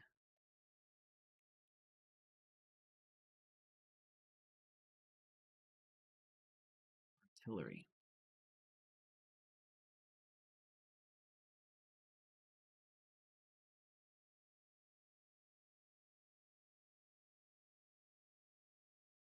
I think it's 175 fighters, yeah.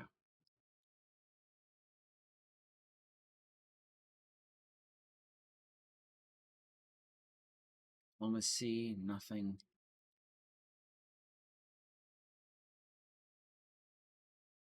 I think that's it. Not much else going on. All right. Let's go to the next turn.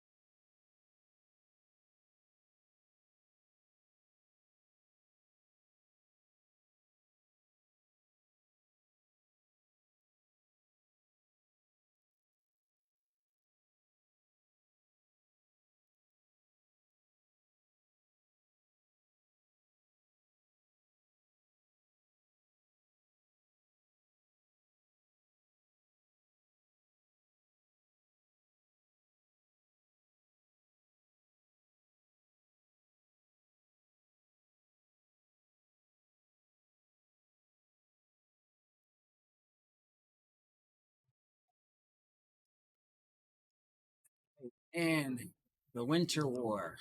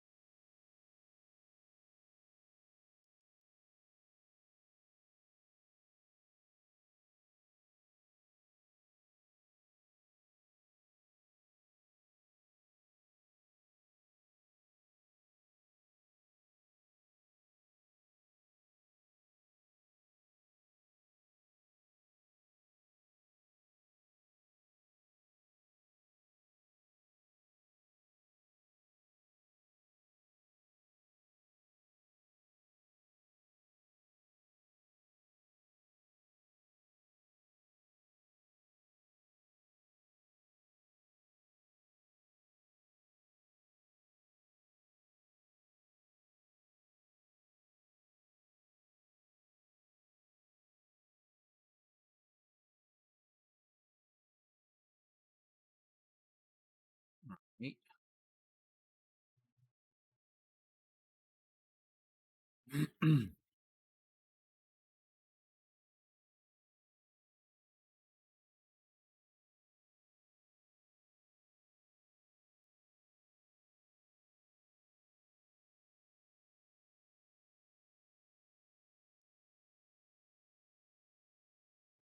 Over.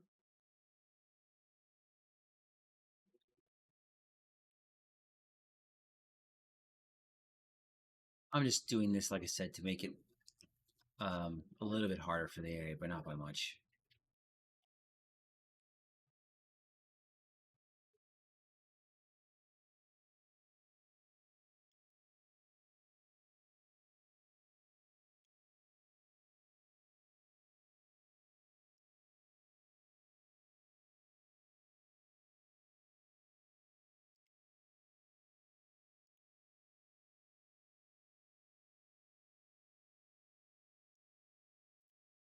You know, down to 5 supplies. So run away, run away.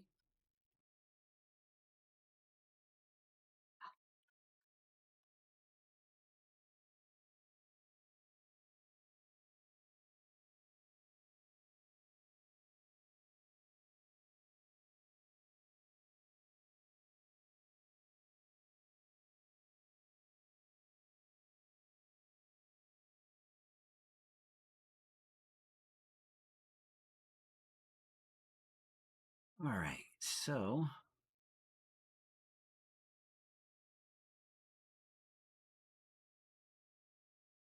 what I want next is mechanized units.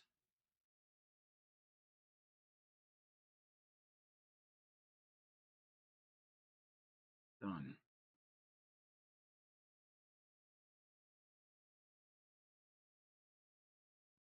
Do an engineer.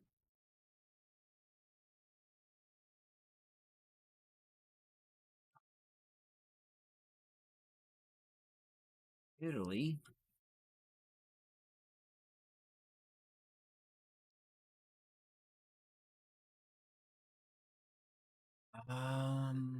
Anti-air. It's very early. Need that yet. Let's do the fighters.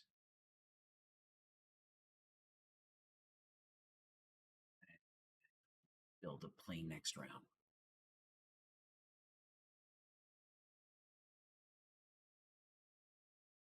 Diplomacy, nothing.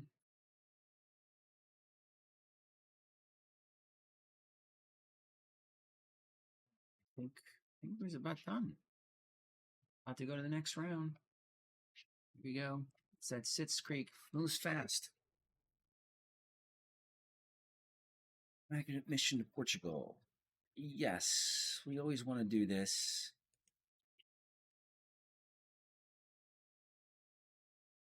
This because this will lead to a trade agreement later on for the later part of the war. I think you get like 20 MPP per turn from the Portuguese, so it's definitely worth doing. So you say yes to this.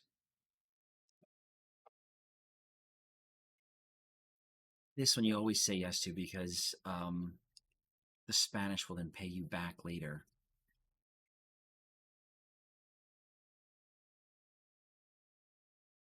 They'll pay you back later in a trade agreement.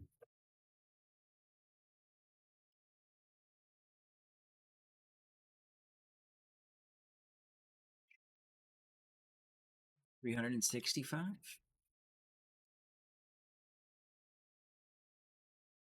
One of the things I didn't actually show everybody is how the new Finland looks with the changes. As soon as it's my turn again, well, I'm going to go up there and show you guys the difference.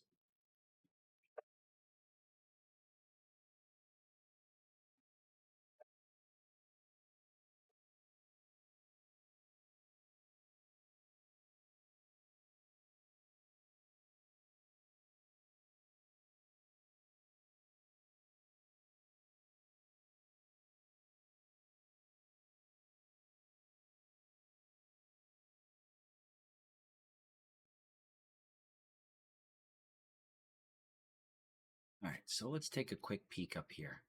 You notice in the Finland area, the rail line ends here now. It doesn't go all the way up because historically it didn't. Now it's a bit tougher. Now I added these industrial centers so that if you build Finnish units, reinforcements, they can be deployed at these locations.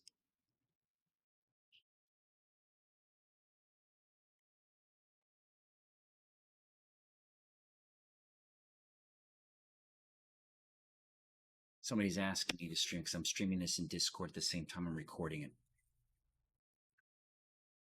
So letting them know that I'm in here if they want to watch.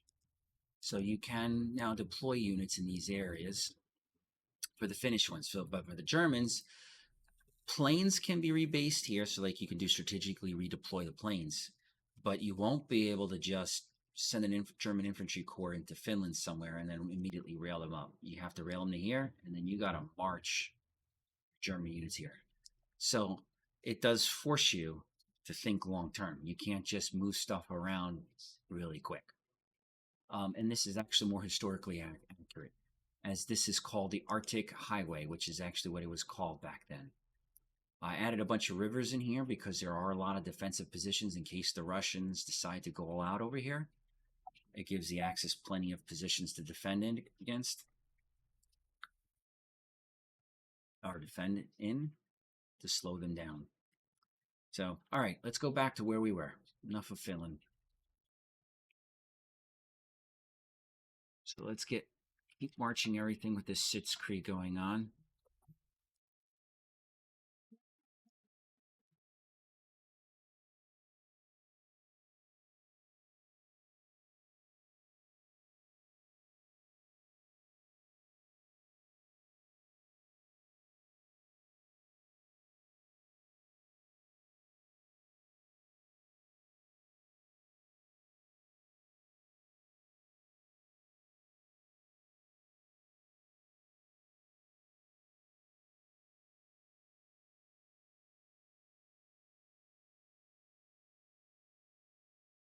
Oops.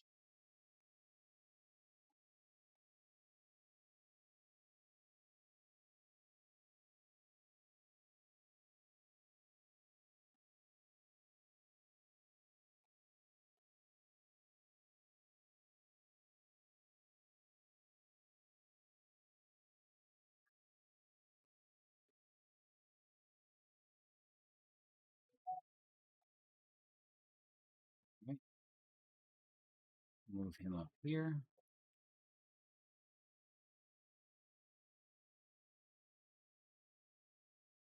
And we're almost done moving our stuff down there. Let's hit some convoys.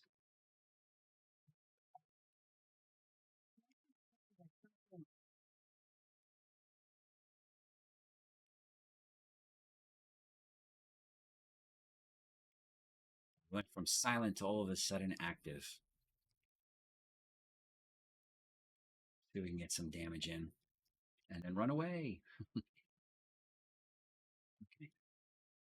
So what else? We bought the 2 mechanized corps.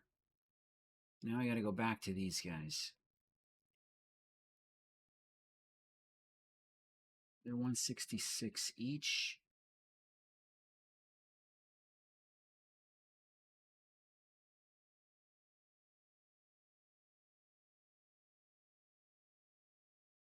2, that's 300. Okay, so I can do 1, 2. Hold the 57 until next round.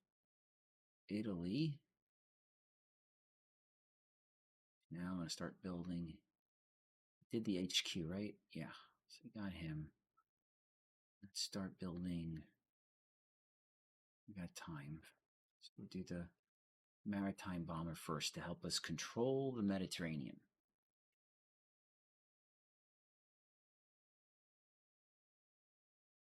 Oop. It's this guy. So this fighter is actually staying here, and the reason why I keep him here is because look at his range. 1, 2, 3, 4, 5. I can see. As soon as I go to war with the Low Countries, I can see everything in this area. So it's a great point. And then I can still have all of my troops on the front. So that's kind of one of the reasons why I put him there. Same thing with this guy. He basically helps me see the northern area. Because the Netherlands is going to have a bunch of Navy and ships, and you'll notice that I actually use on the opening volley a lot of my air power to sink the Netherlands Navy. And the reason why you want to sink it is because they survive. If the Netherlands surrenders, the Navy keeps fighting. Why do you want to give the UK free ships? So, all right. I think we are done this round. Not seeing anything else.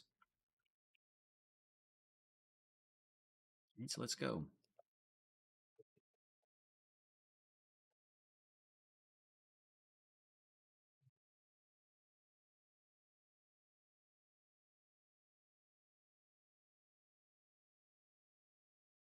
Hey, breakthrough.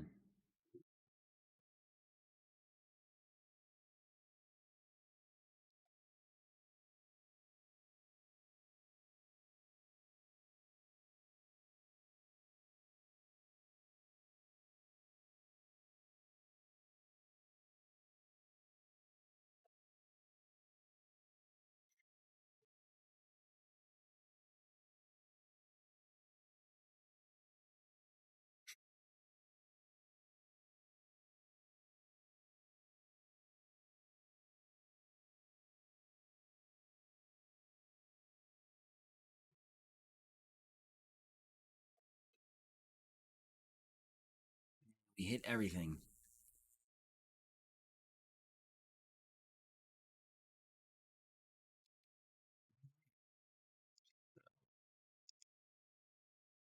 Keep it moving.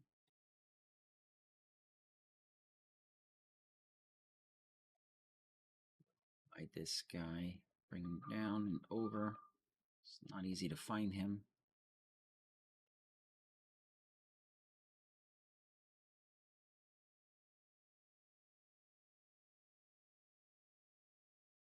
Hit and run. Hit and run.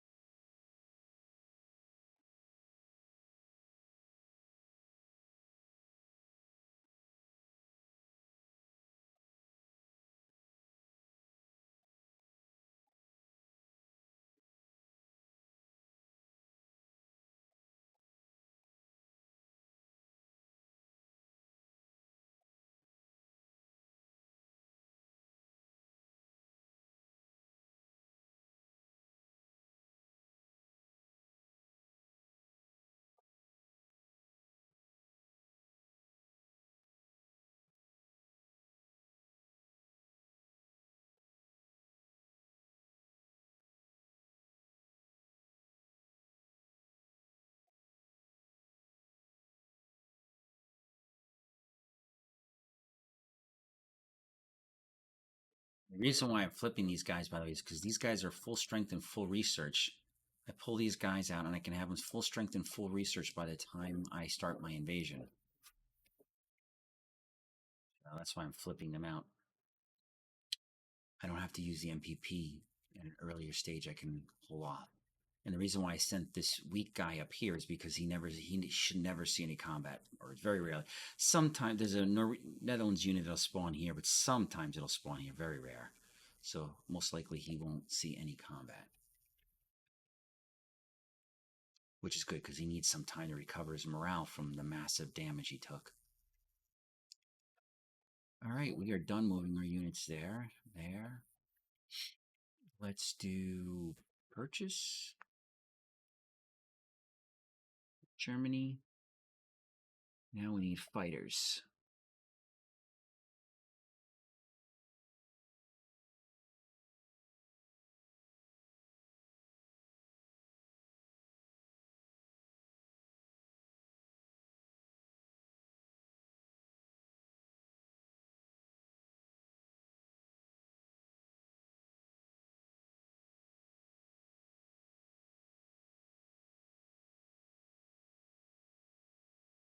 You notice I'm timing everything. March, April. Some things are coming in May. I just didn't have any control over it. But March and April are the big ones. Italy has nothing going on right now.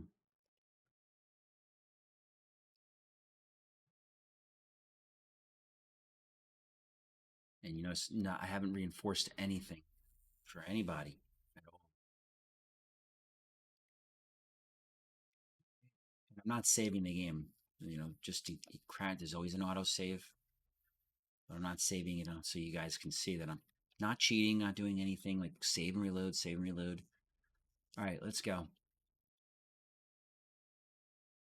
Next round.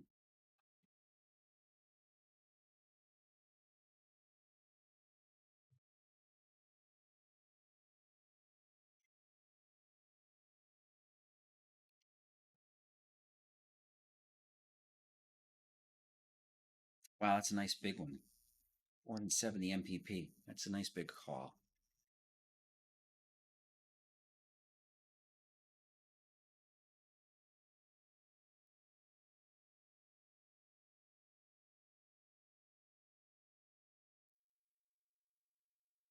So once we get closer to the invasion, we're going to invade, and we start using MPP to get our units back to strength, the first thing you do is reinforce, not upgrade. The reason why that is each turn you only get some of your morale back, not all. So you want to reinforce so all your units that are hit and start recovering. And then once you're done reinforcing everybody, that's when you start doing upgrades. Because the upgrades don't affect morale or anything like that. They just affect your stats.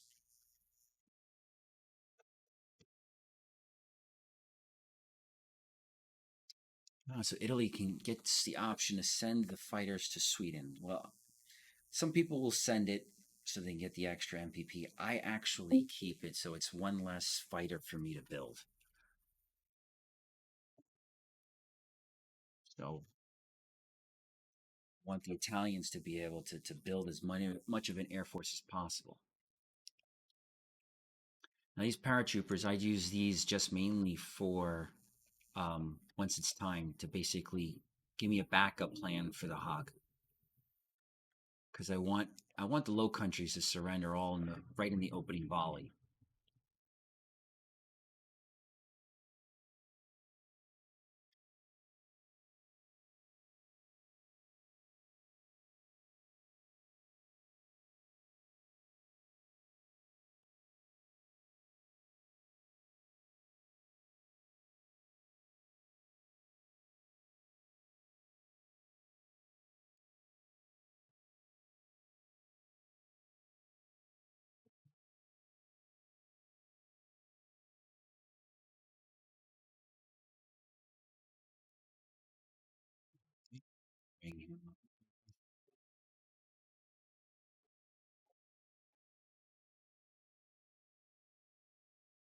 We're already done down here. Again, like I said, I'm not doing much down here. This is AI is a handicap in this area, so I just use the existing units just to form a little bit of a defense. I don't send any help.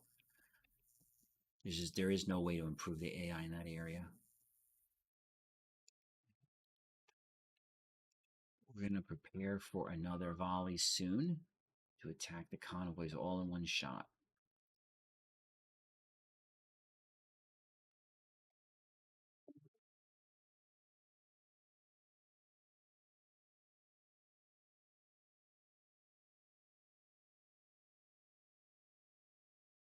I think we're done here.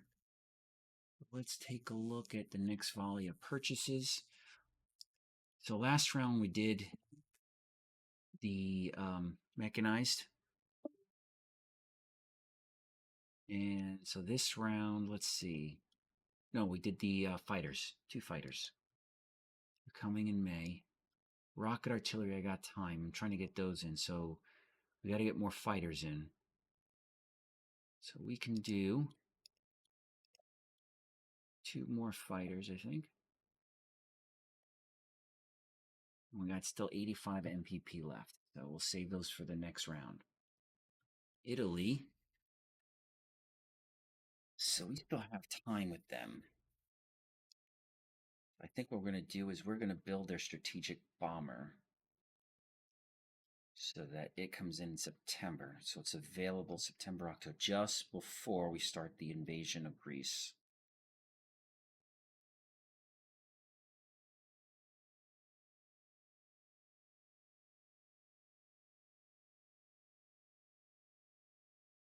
I have to get these researched in soon, but just got to be patient on it.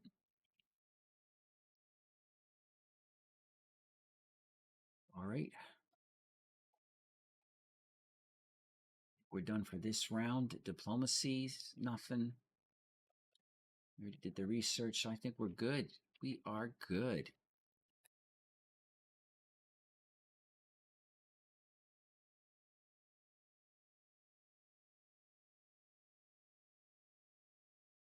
Let's get going. Next round. Yes, so this is the oil refinery events. It's firing at the beginning of the new year. So this means that in basically January 1941, it'll come online. So we'll hit yes. This is part of the new changes for the upcoming version of TRP. Say yes. It's going to cost me 100 MPP to get it online.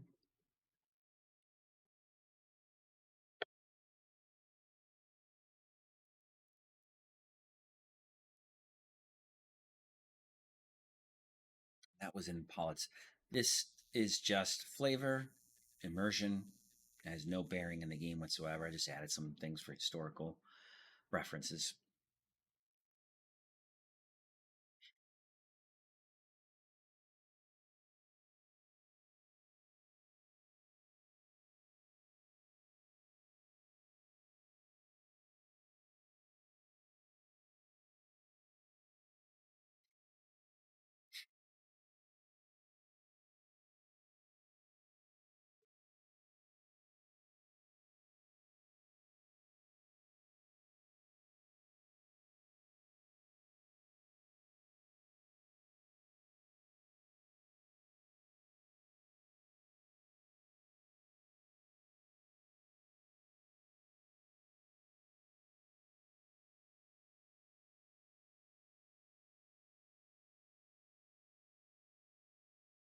Military production steps up in the USSR. Ooh. Ooh. Okay. So here we go. Next, let's do all the easy stuff first. See if there's anything here. Here, no. Stubs. We were planning on hitting them again.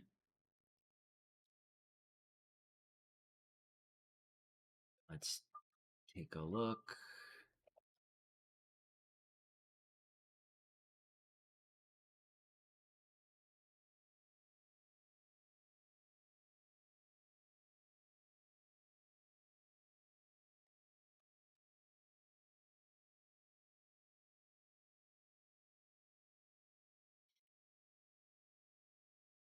Let's move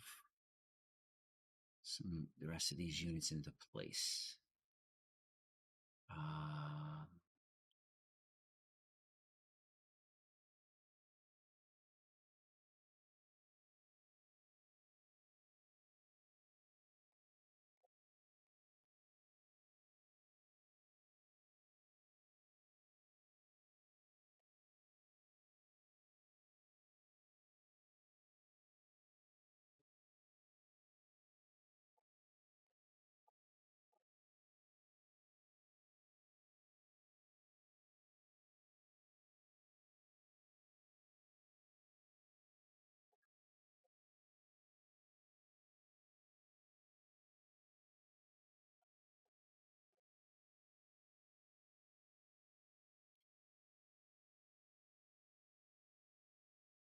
That's it.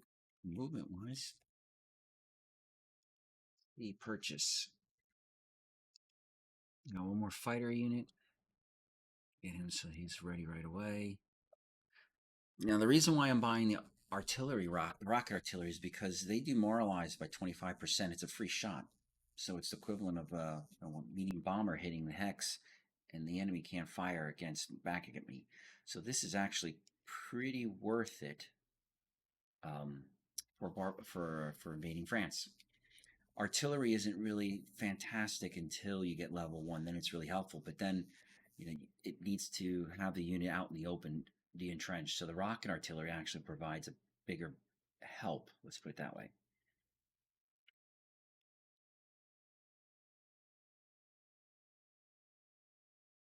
So save the MPPs for next round so I can build it. Well, actually, you know what? I'll build the anti-air as well. So they both come out together. The anti-air comes in handy.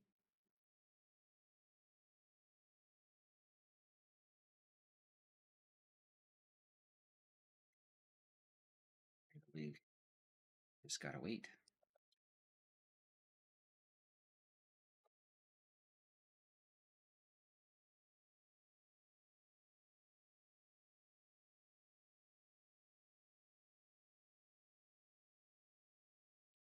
Build.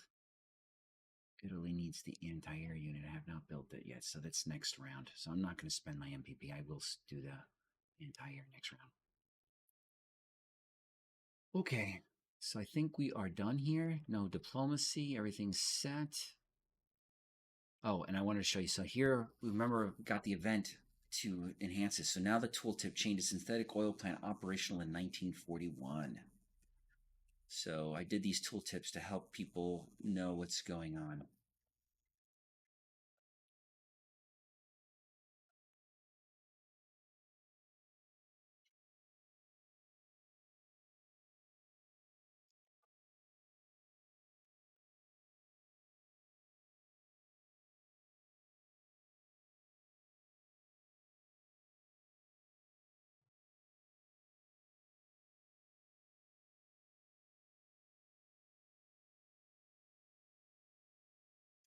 Ground attack weapons development.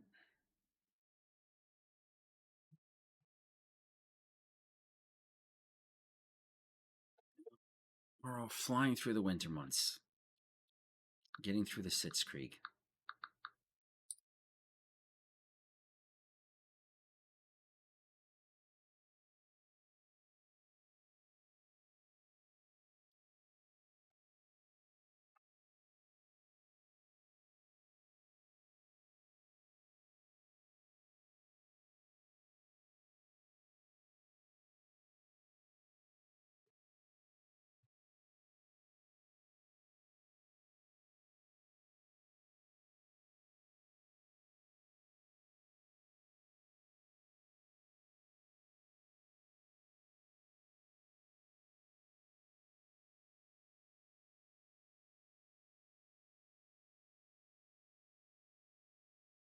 So as soon as this gets back to my turn, I'm going to pause this and take a break.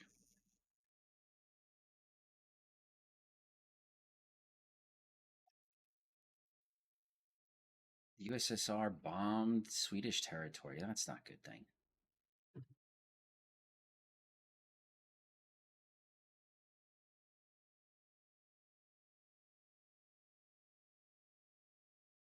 All right, so we got some Italian reinforcements. Let's deploy these first.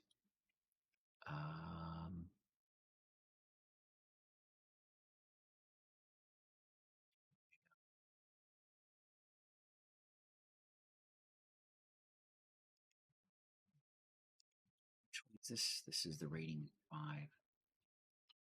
So I need an HQ that I can transport over to Albania. So I'll just put it there. I don't need it.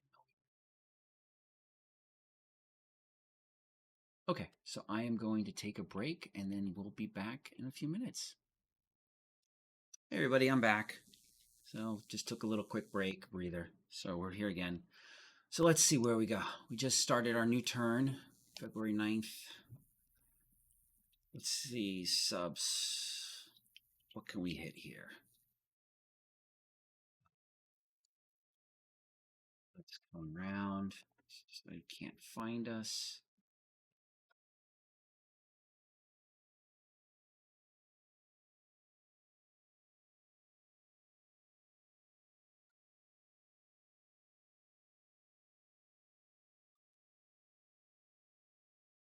Trying to stay out of trouble with that guy.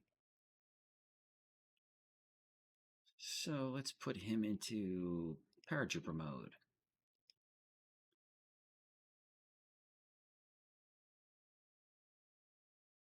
Um,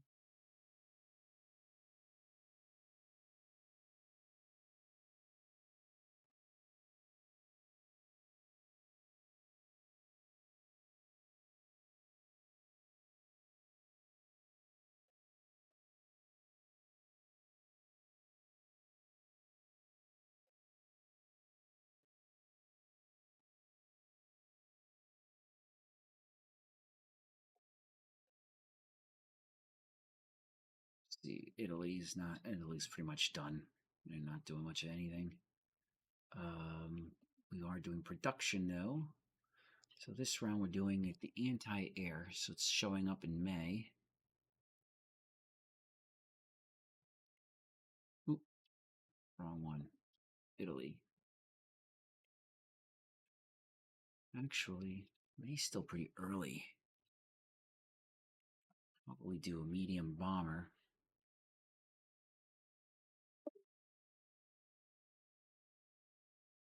Do the medium bomber first. Then I'll do the anti-air.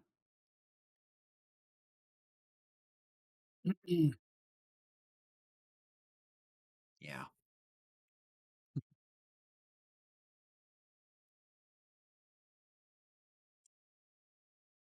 So for Germans, we need the rocket artillery, the second one. And then now we're going to want to do is let's make sure we get the engineer in. The two anti-air, I got one. So the next round I'll finish this off. And I think that's going to be it for my main assault. All the air power is built. Yep. Okay. Diplomacy, we don't have any. Oh, we got one shit. So we shifted Finland there at 45%. We still don't know if they sent troops into the Winter War or not. So let's go ahead and put the German shit back into Finland. In case he sent the Allies there. And I think they're good. So let's go to the next round.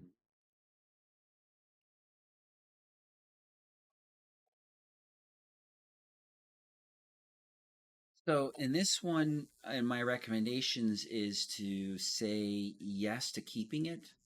If you're playing against a human player, you say no, because the Russians would get the ship if they want to build it. If they don't build it, it never gets put out.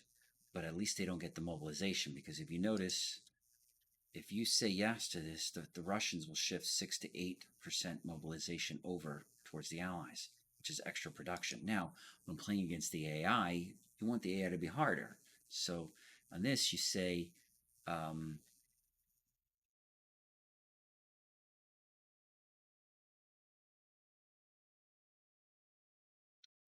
yes, you pay the MPP, so 60 MPP, you get another cruiser.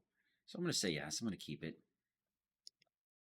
just to make it harder for me when I do Barbarossa.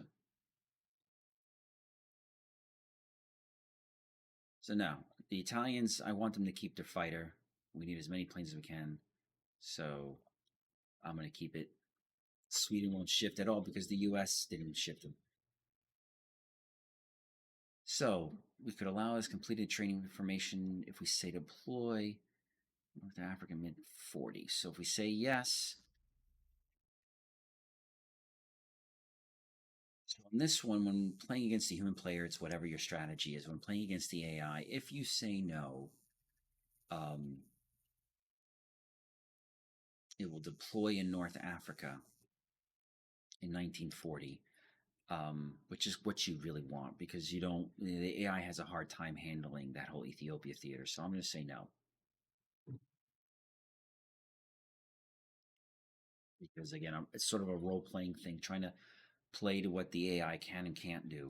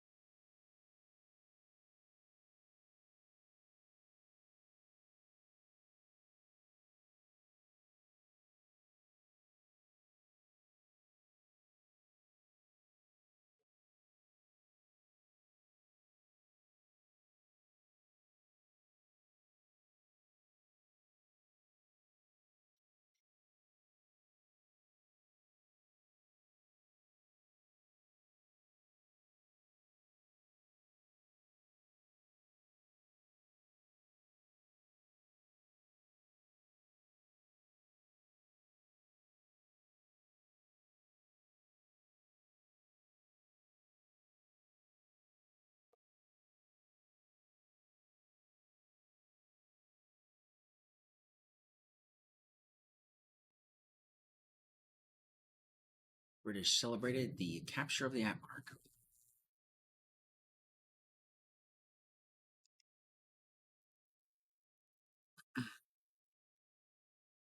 Okay, so next round, let's flip them.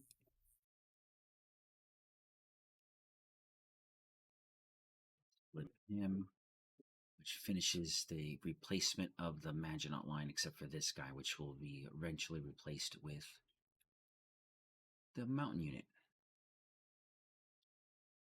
Okay. So I just have subs really to move.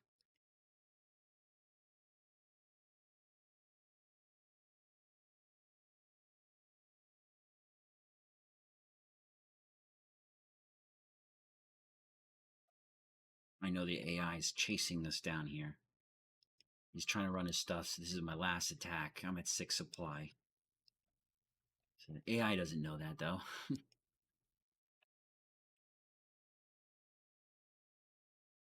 All right, there's my new fighter. Send him down here. Actually, I should have sent him up top. Should have sent him the other way. So the Italians can see what's going on over there. Right. So let's purchase the last of what the Germans need here. So anti-aircraft. Done. The last one. Garrison units. We need. There's one partisan here. 1, 2. And then there's 4 more in France. You need 6 garrison units.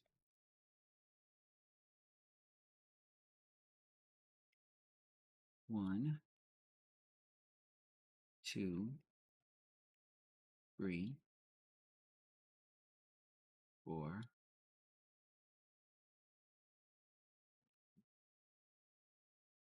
6. And now I am done with everything that I need for the Battle of France.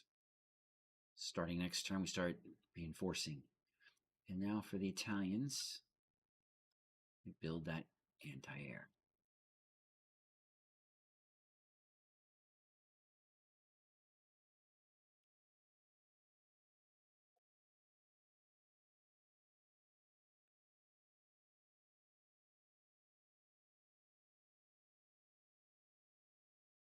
I think we are done with this round.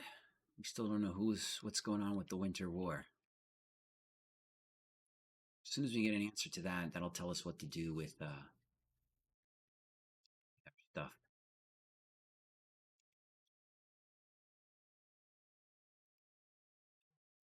We're done. Another Sitzkrieg moment.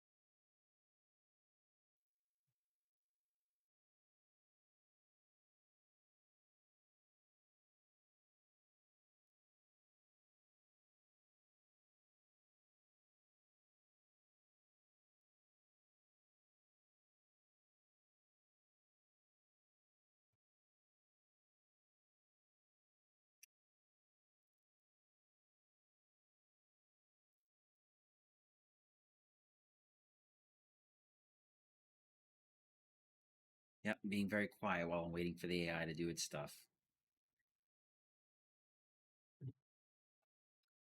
All right. Why is it not? Um, maybe I'm hitting more. Or the same convoy twice. It's probably what it is.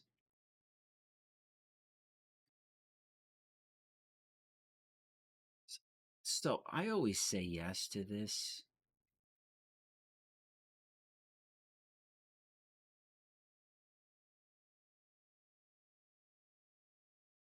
Because it just comes in handy.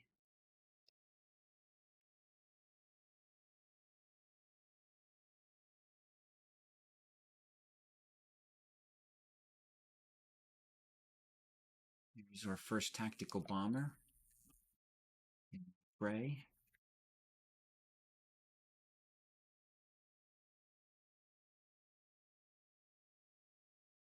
So we are done.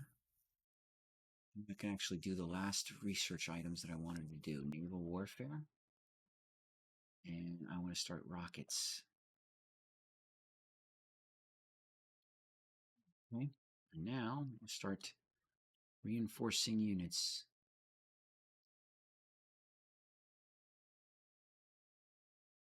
Going first with the units that are going to be attacking, so they get maximum morale.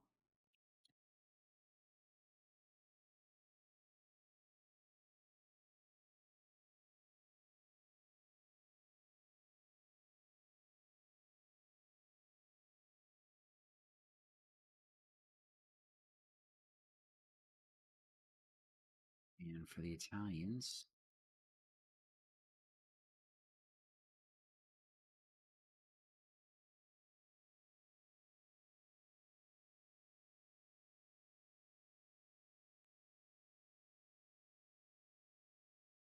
build a tactical.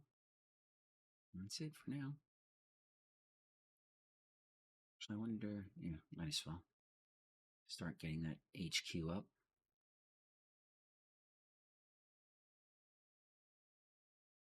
And I think we are currently done. Again, oh, the subs. Did we move the subs? We did not. Let's get these guys out of here before they get nailed by destroyers.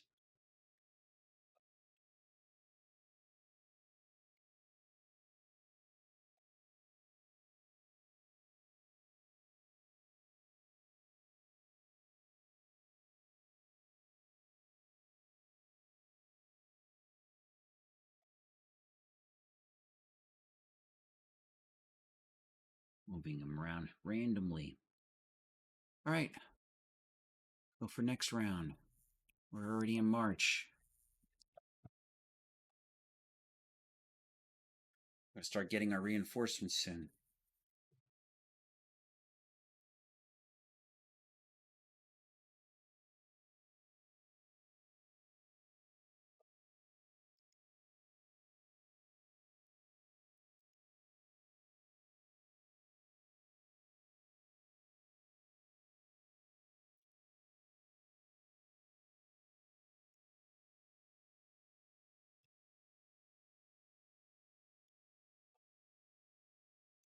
So I think what I'm going to do is I'll take this all the way to the invasion of France, and I may stop the video at the start of that for this round and start up the next one at the beginning of the invasion of the Low Countries in France. So we still got what, a month and a half left? So maybe about 3, 4 turns, and then we'll call it. I think we've been going now for what's it, 3, maybe 4 hours. So just to take a break, we can continue this adventure tomorrow.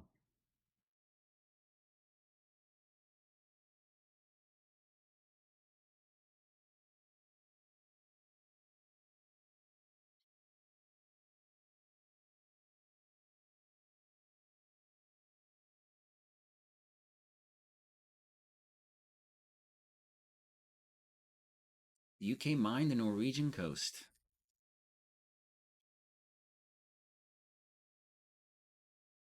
So he did try to send the Anglo-French expedition, and it failed.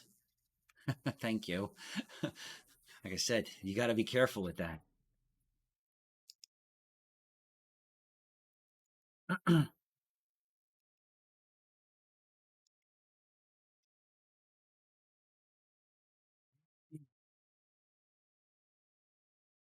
right.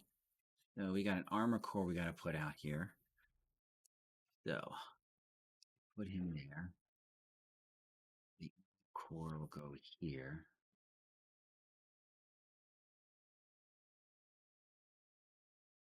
Let's attach him to the planes. I want my planes to have maximum morale. Okay. So upgrade. Now let's repair everybody else. He's hurt bad. He's hurt bad. Should back up.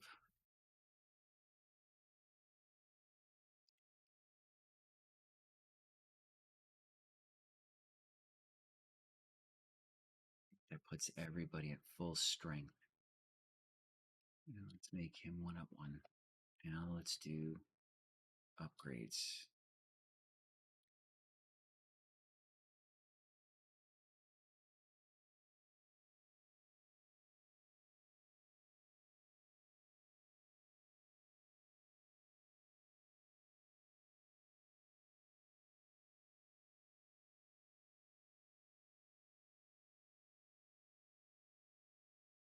And see how quickly that was?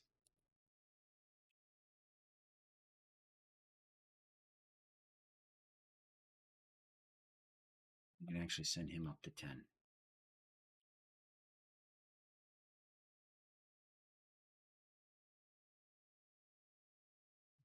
Purchase Italy. I got Italy coming in. What's left of their Air Force? They got 2 more fighters to build.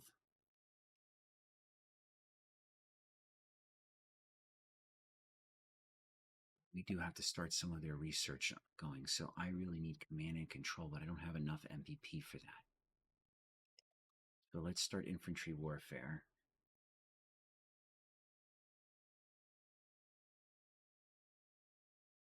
Get those other ones a little later.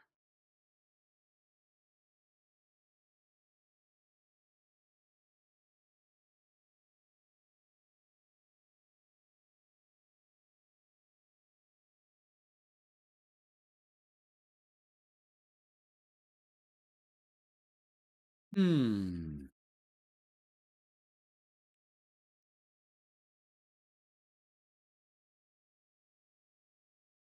I think we are done. I got to just do the subs.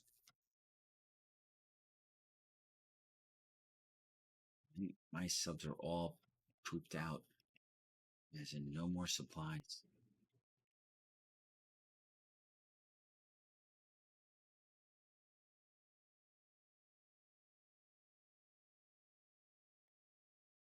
I need to get them out of combat because that's a heavy zone. AI sends a lot of stuff. Even human players will send a lot of stuff going through that area. I don't want to get caught. All right, so now Finns are done. I think all they need is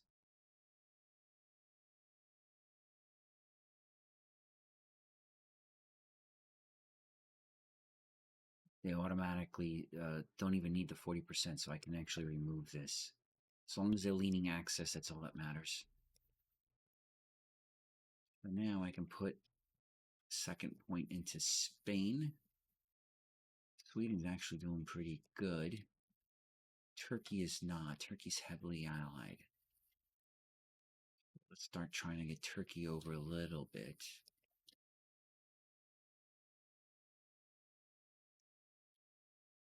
Oop. I haven't saved it at all. This is my first time saving it just to make sure.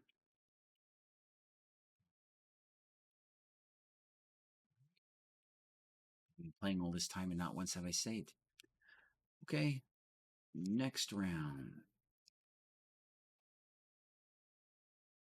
By the way, the reason why I did this here, putting him here and this guy here, I'm going to flip them, but I can flip and then upgrade, which is what I'm planning on doing next round. Ground attack weapons level 2.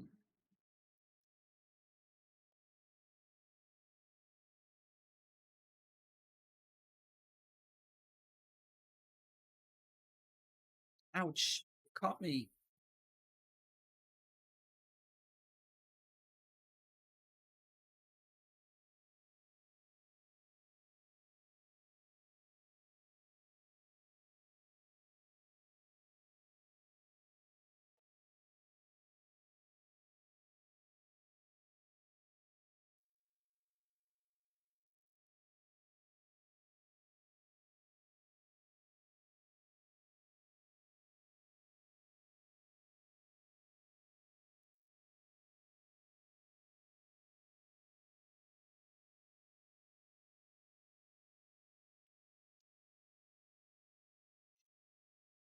And the AI is trying to build this fortification line here, as you can see. And it's a good strategy. I actually stole that idea from somebody else. I forgot the player's name. I never would build the engineers for the French, and I saw this one player do it, and I was like, you know what? That's actually not a bad idea. Oh, they finally got Colombia over to slightly over to the Allies, trying to get the U.S. that extra production.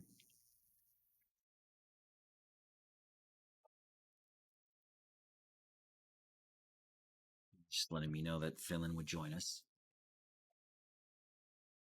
All right, so our first major wave. So before we place those, let's take care of these things. Where do I want the armor? Let's do it this way. We will put in here. And we will take the mech.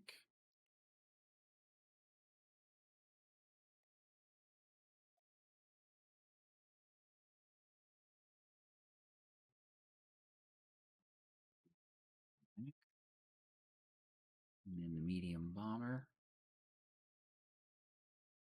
Italian battleship. That looks good. It's fine. So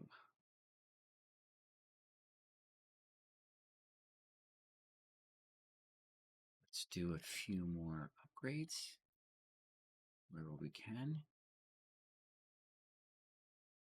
I don't think there's really much of anybody left, just a handful.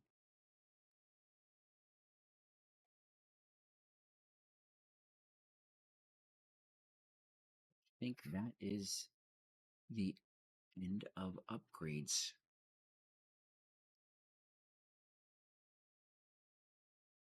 Oh, no, we forgot him.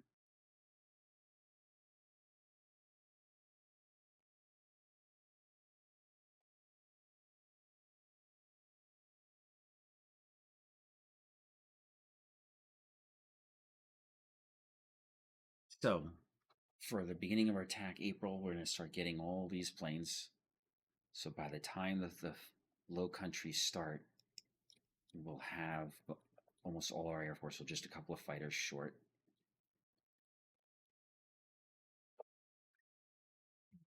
Italy, we need more MVP, so we're not going to really do anything with them this round.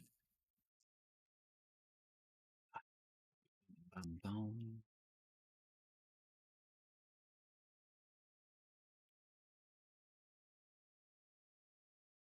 Could use our engineers to build fortifications, which is what I think I'm going to do.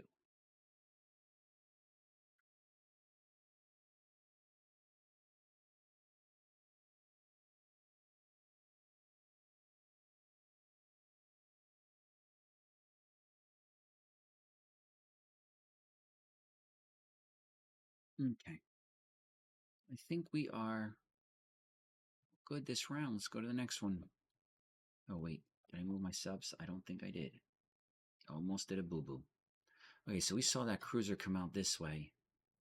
So I'm going to send this sub out this way. And I'm going to send him down here.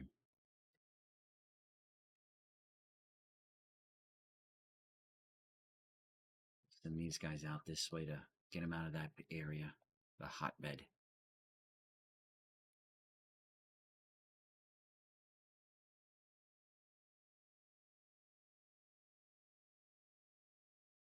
Oh yeah, I forgot to bring this guy back up. so at least I can see.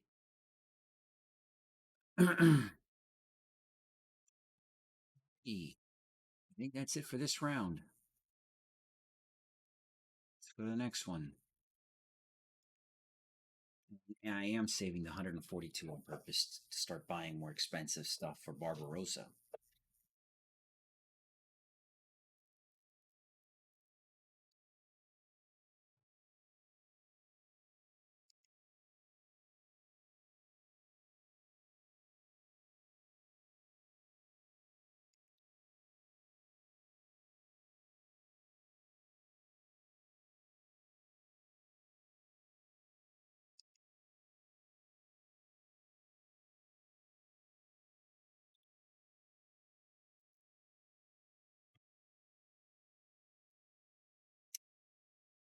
So the UK expanded. He's expecting me to do a sea lion. He expanded the airfields in Ireland. Never really understood that one.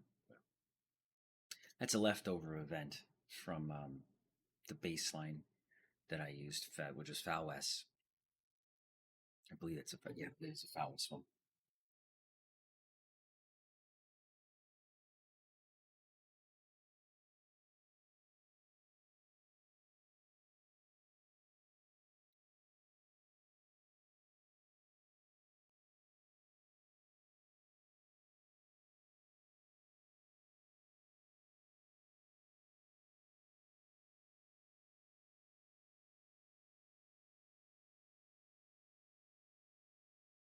Would you like to authorize preparations for the occupation of Denmark? Yes, of course I do.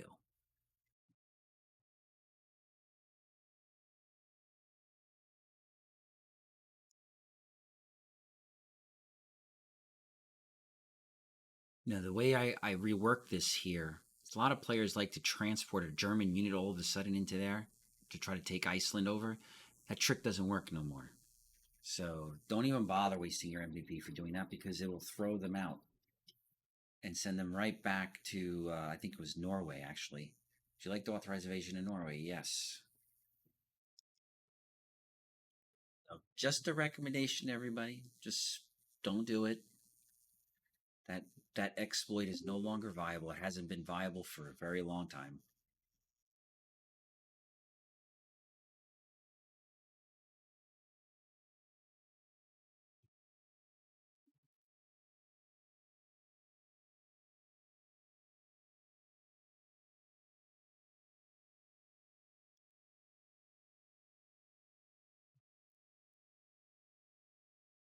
All right, so we got the next wave of forces that have come in.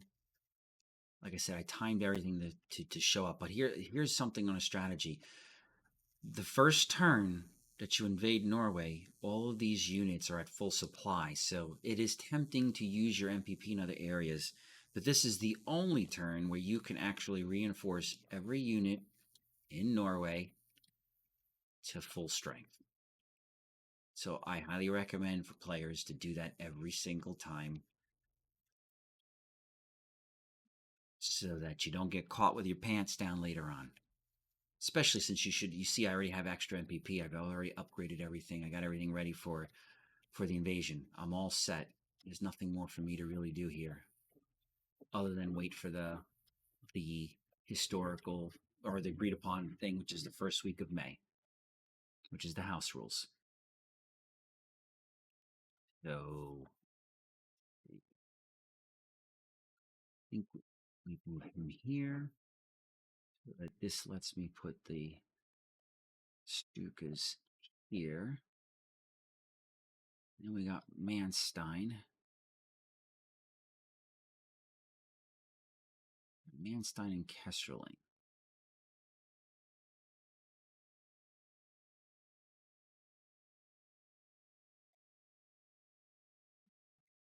Let's upgrade this bomber so that everybody is ready to rock and roll. Let's make sure that these guys are on auto assist. The next turn, I'll start assigning them and moving them into position to prepare for this invasion. Now back to the Italians. We still have some time. Italy still needs a little bit more MPP. We did build the engineer, so we've got their stuff is their whole all their power except for 2 fighters is ready. I think we are good there. Let's get those subs moving.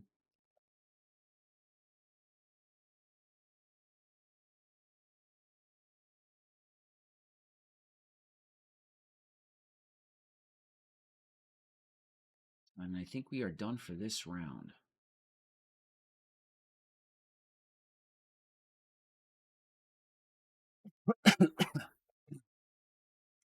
All right, diplomacy, nothing. Research for the Germans, there's nothing left for them to really research. We got everything going. We've been going for a while. So, all right, let's get this going the next turn.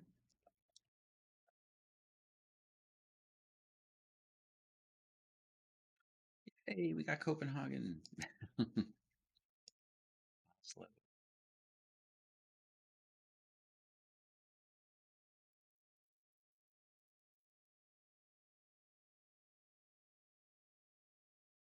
Just flavor events, immersion. We finally, after all this time, get the Norway resources. AI just likes to hammer away.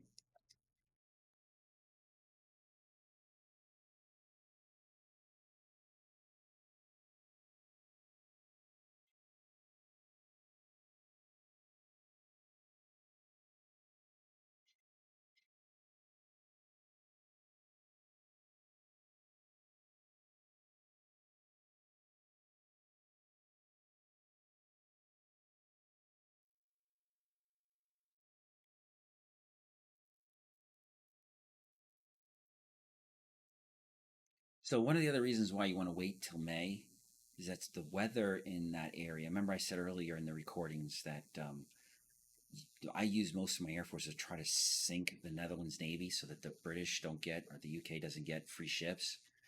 So that requires you to have good weather in that northern area. So there's a high probable chance that in the first turn of May that the weather's going to be clear.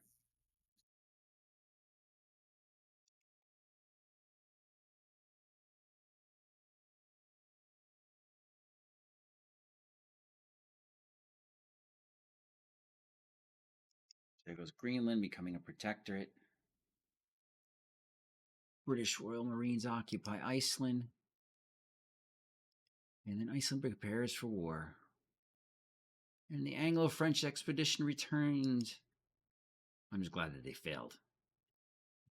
That would have been kind of a damper on the game. It put such a handicap. If they succeed, it gives such a big handicap to the Russians.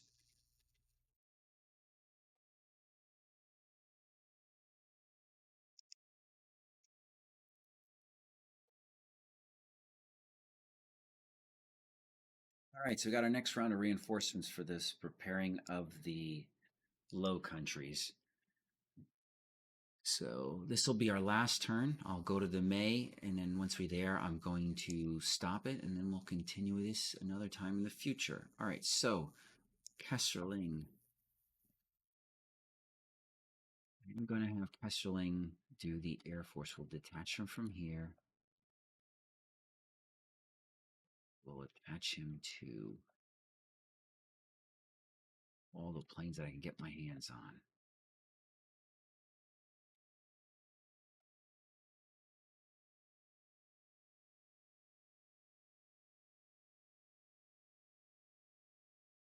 Manstein. We detach, detach, detach. Move him up here. So now he should be able to get the guys that I really want, which is all of my heavy hitters.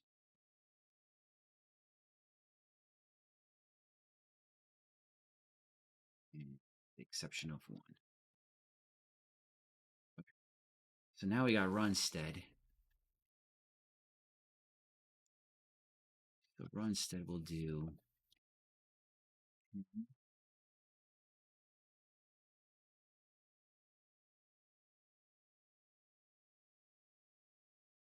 He's doing that somehow. He's doing all those. We'll do that. So we'll just give him command of that. So then Runstead can just take command of the southern areas.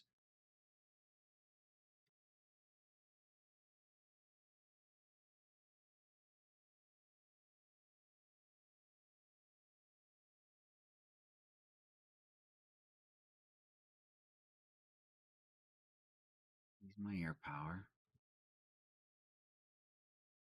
my heavy hitter.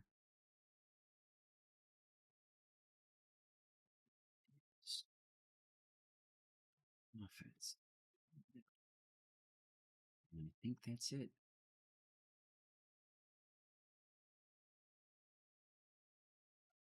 Everybody has a command. Yep. Snuck one more in there. Okay. So we got the command structure all done. I don't think there's anybody else left to upgrade. Oh, we got these guys. Let's put the new units out, which is fighters. We'll place them out here. Another bomber. Medium bomber, that is. We'll place them up here because I want to be able to hit that Air Force. I mean, the ships. The rocket artillery, like I said, it's the rocket artillery is literally like having a free bomber. It comes in very handy as you're advancing. All right, so what do we get next round? Next round, we get another medium bomber, which won't be available, obviously, for the initial attack, but it'll be available subsequent attacks. So we'll get the 2 new fighters, and then mid-May, we'll get our maritime bombers so we can protect the Baltic and stop the AI from hitting our convoys. We got both coming in.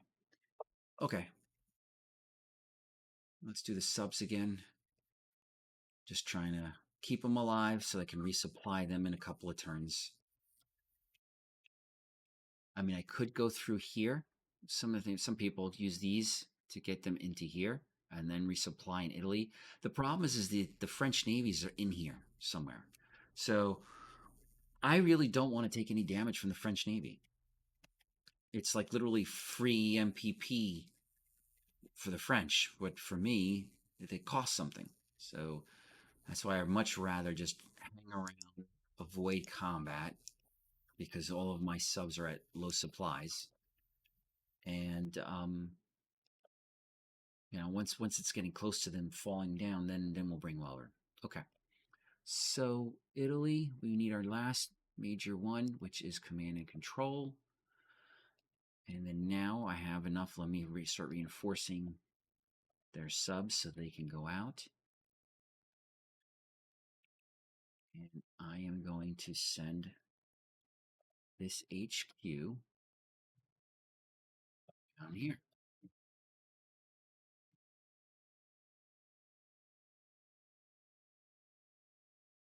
Actually, you can do it right here.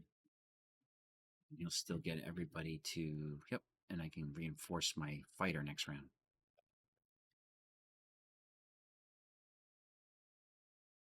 Him, bringing them all the way back up here so I can see. I'm flying blind on a rocket cycle.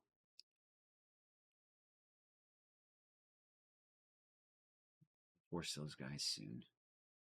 Another HQ getting up. All right, so diplomacy had nothing to do. So now we've got 521 MPP for the Rush, for the Germans. There's nothing for me to research. For purchasing, I am done with everything that I need for the Low Countries and France. So at this point forward, I don't need anything else. So everything I buy now is for Barbarossa. So what I always do is I go by what's going to take the longest to build. HQs are long, but it's October. Armor Core are the longest. So I start producing those first.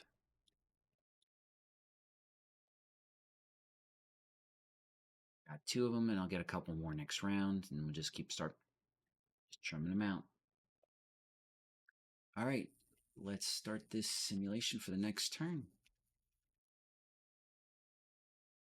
And for those of you starting or watching on Discord, this is the newest version of TRP that hasn't been released yet. I have been going over. You'll see some things like new tooltips, stuff like that. explaining things. That's one of the big features in this new release coming. Just like this tooltip here tells you how Spain comes in. A lot of countries have these now. Uh, so, all right. Anyways, next round.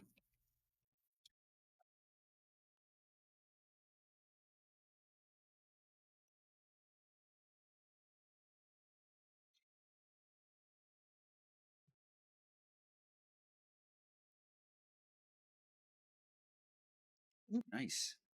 Italy can use that. Italy got their naval warfare. All right, so let's see what the AI does before we call this a night.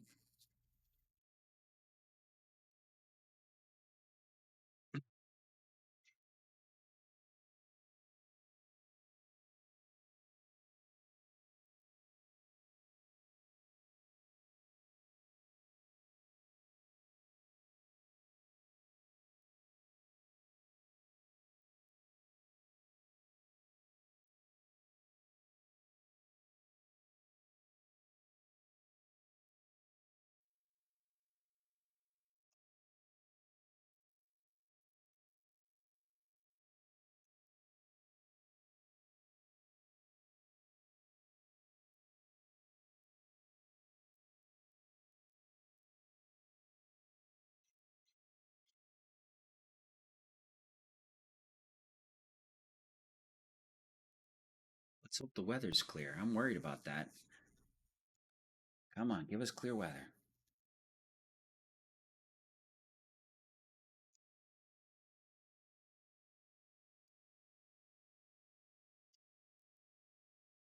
Come on, give me clear weather.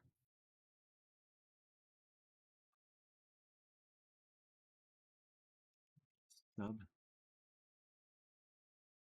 Yeah. And we have our clear weather. Yes, we do. It's around UK that's raining, but not where we care. So this will be where we stop it. I'm going to lay out these new units. Actually, I'm going to wait because my stuff will move forward and then I'm going to want to place those down later.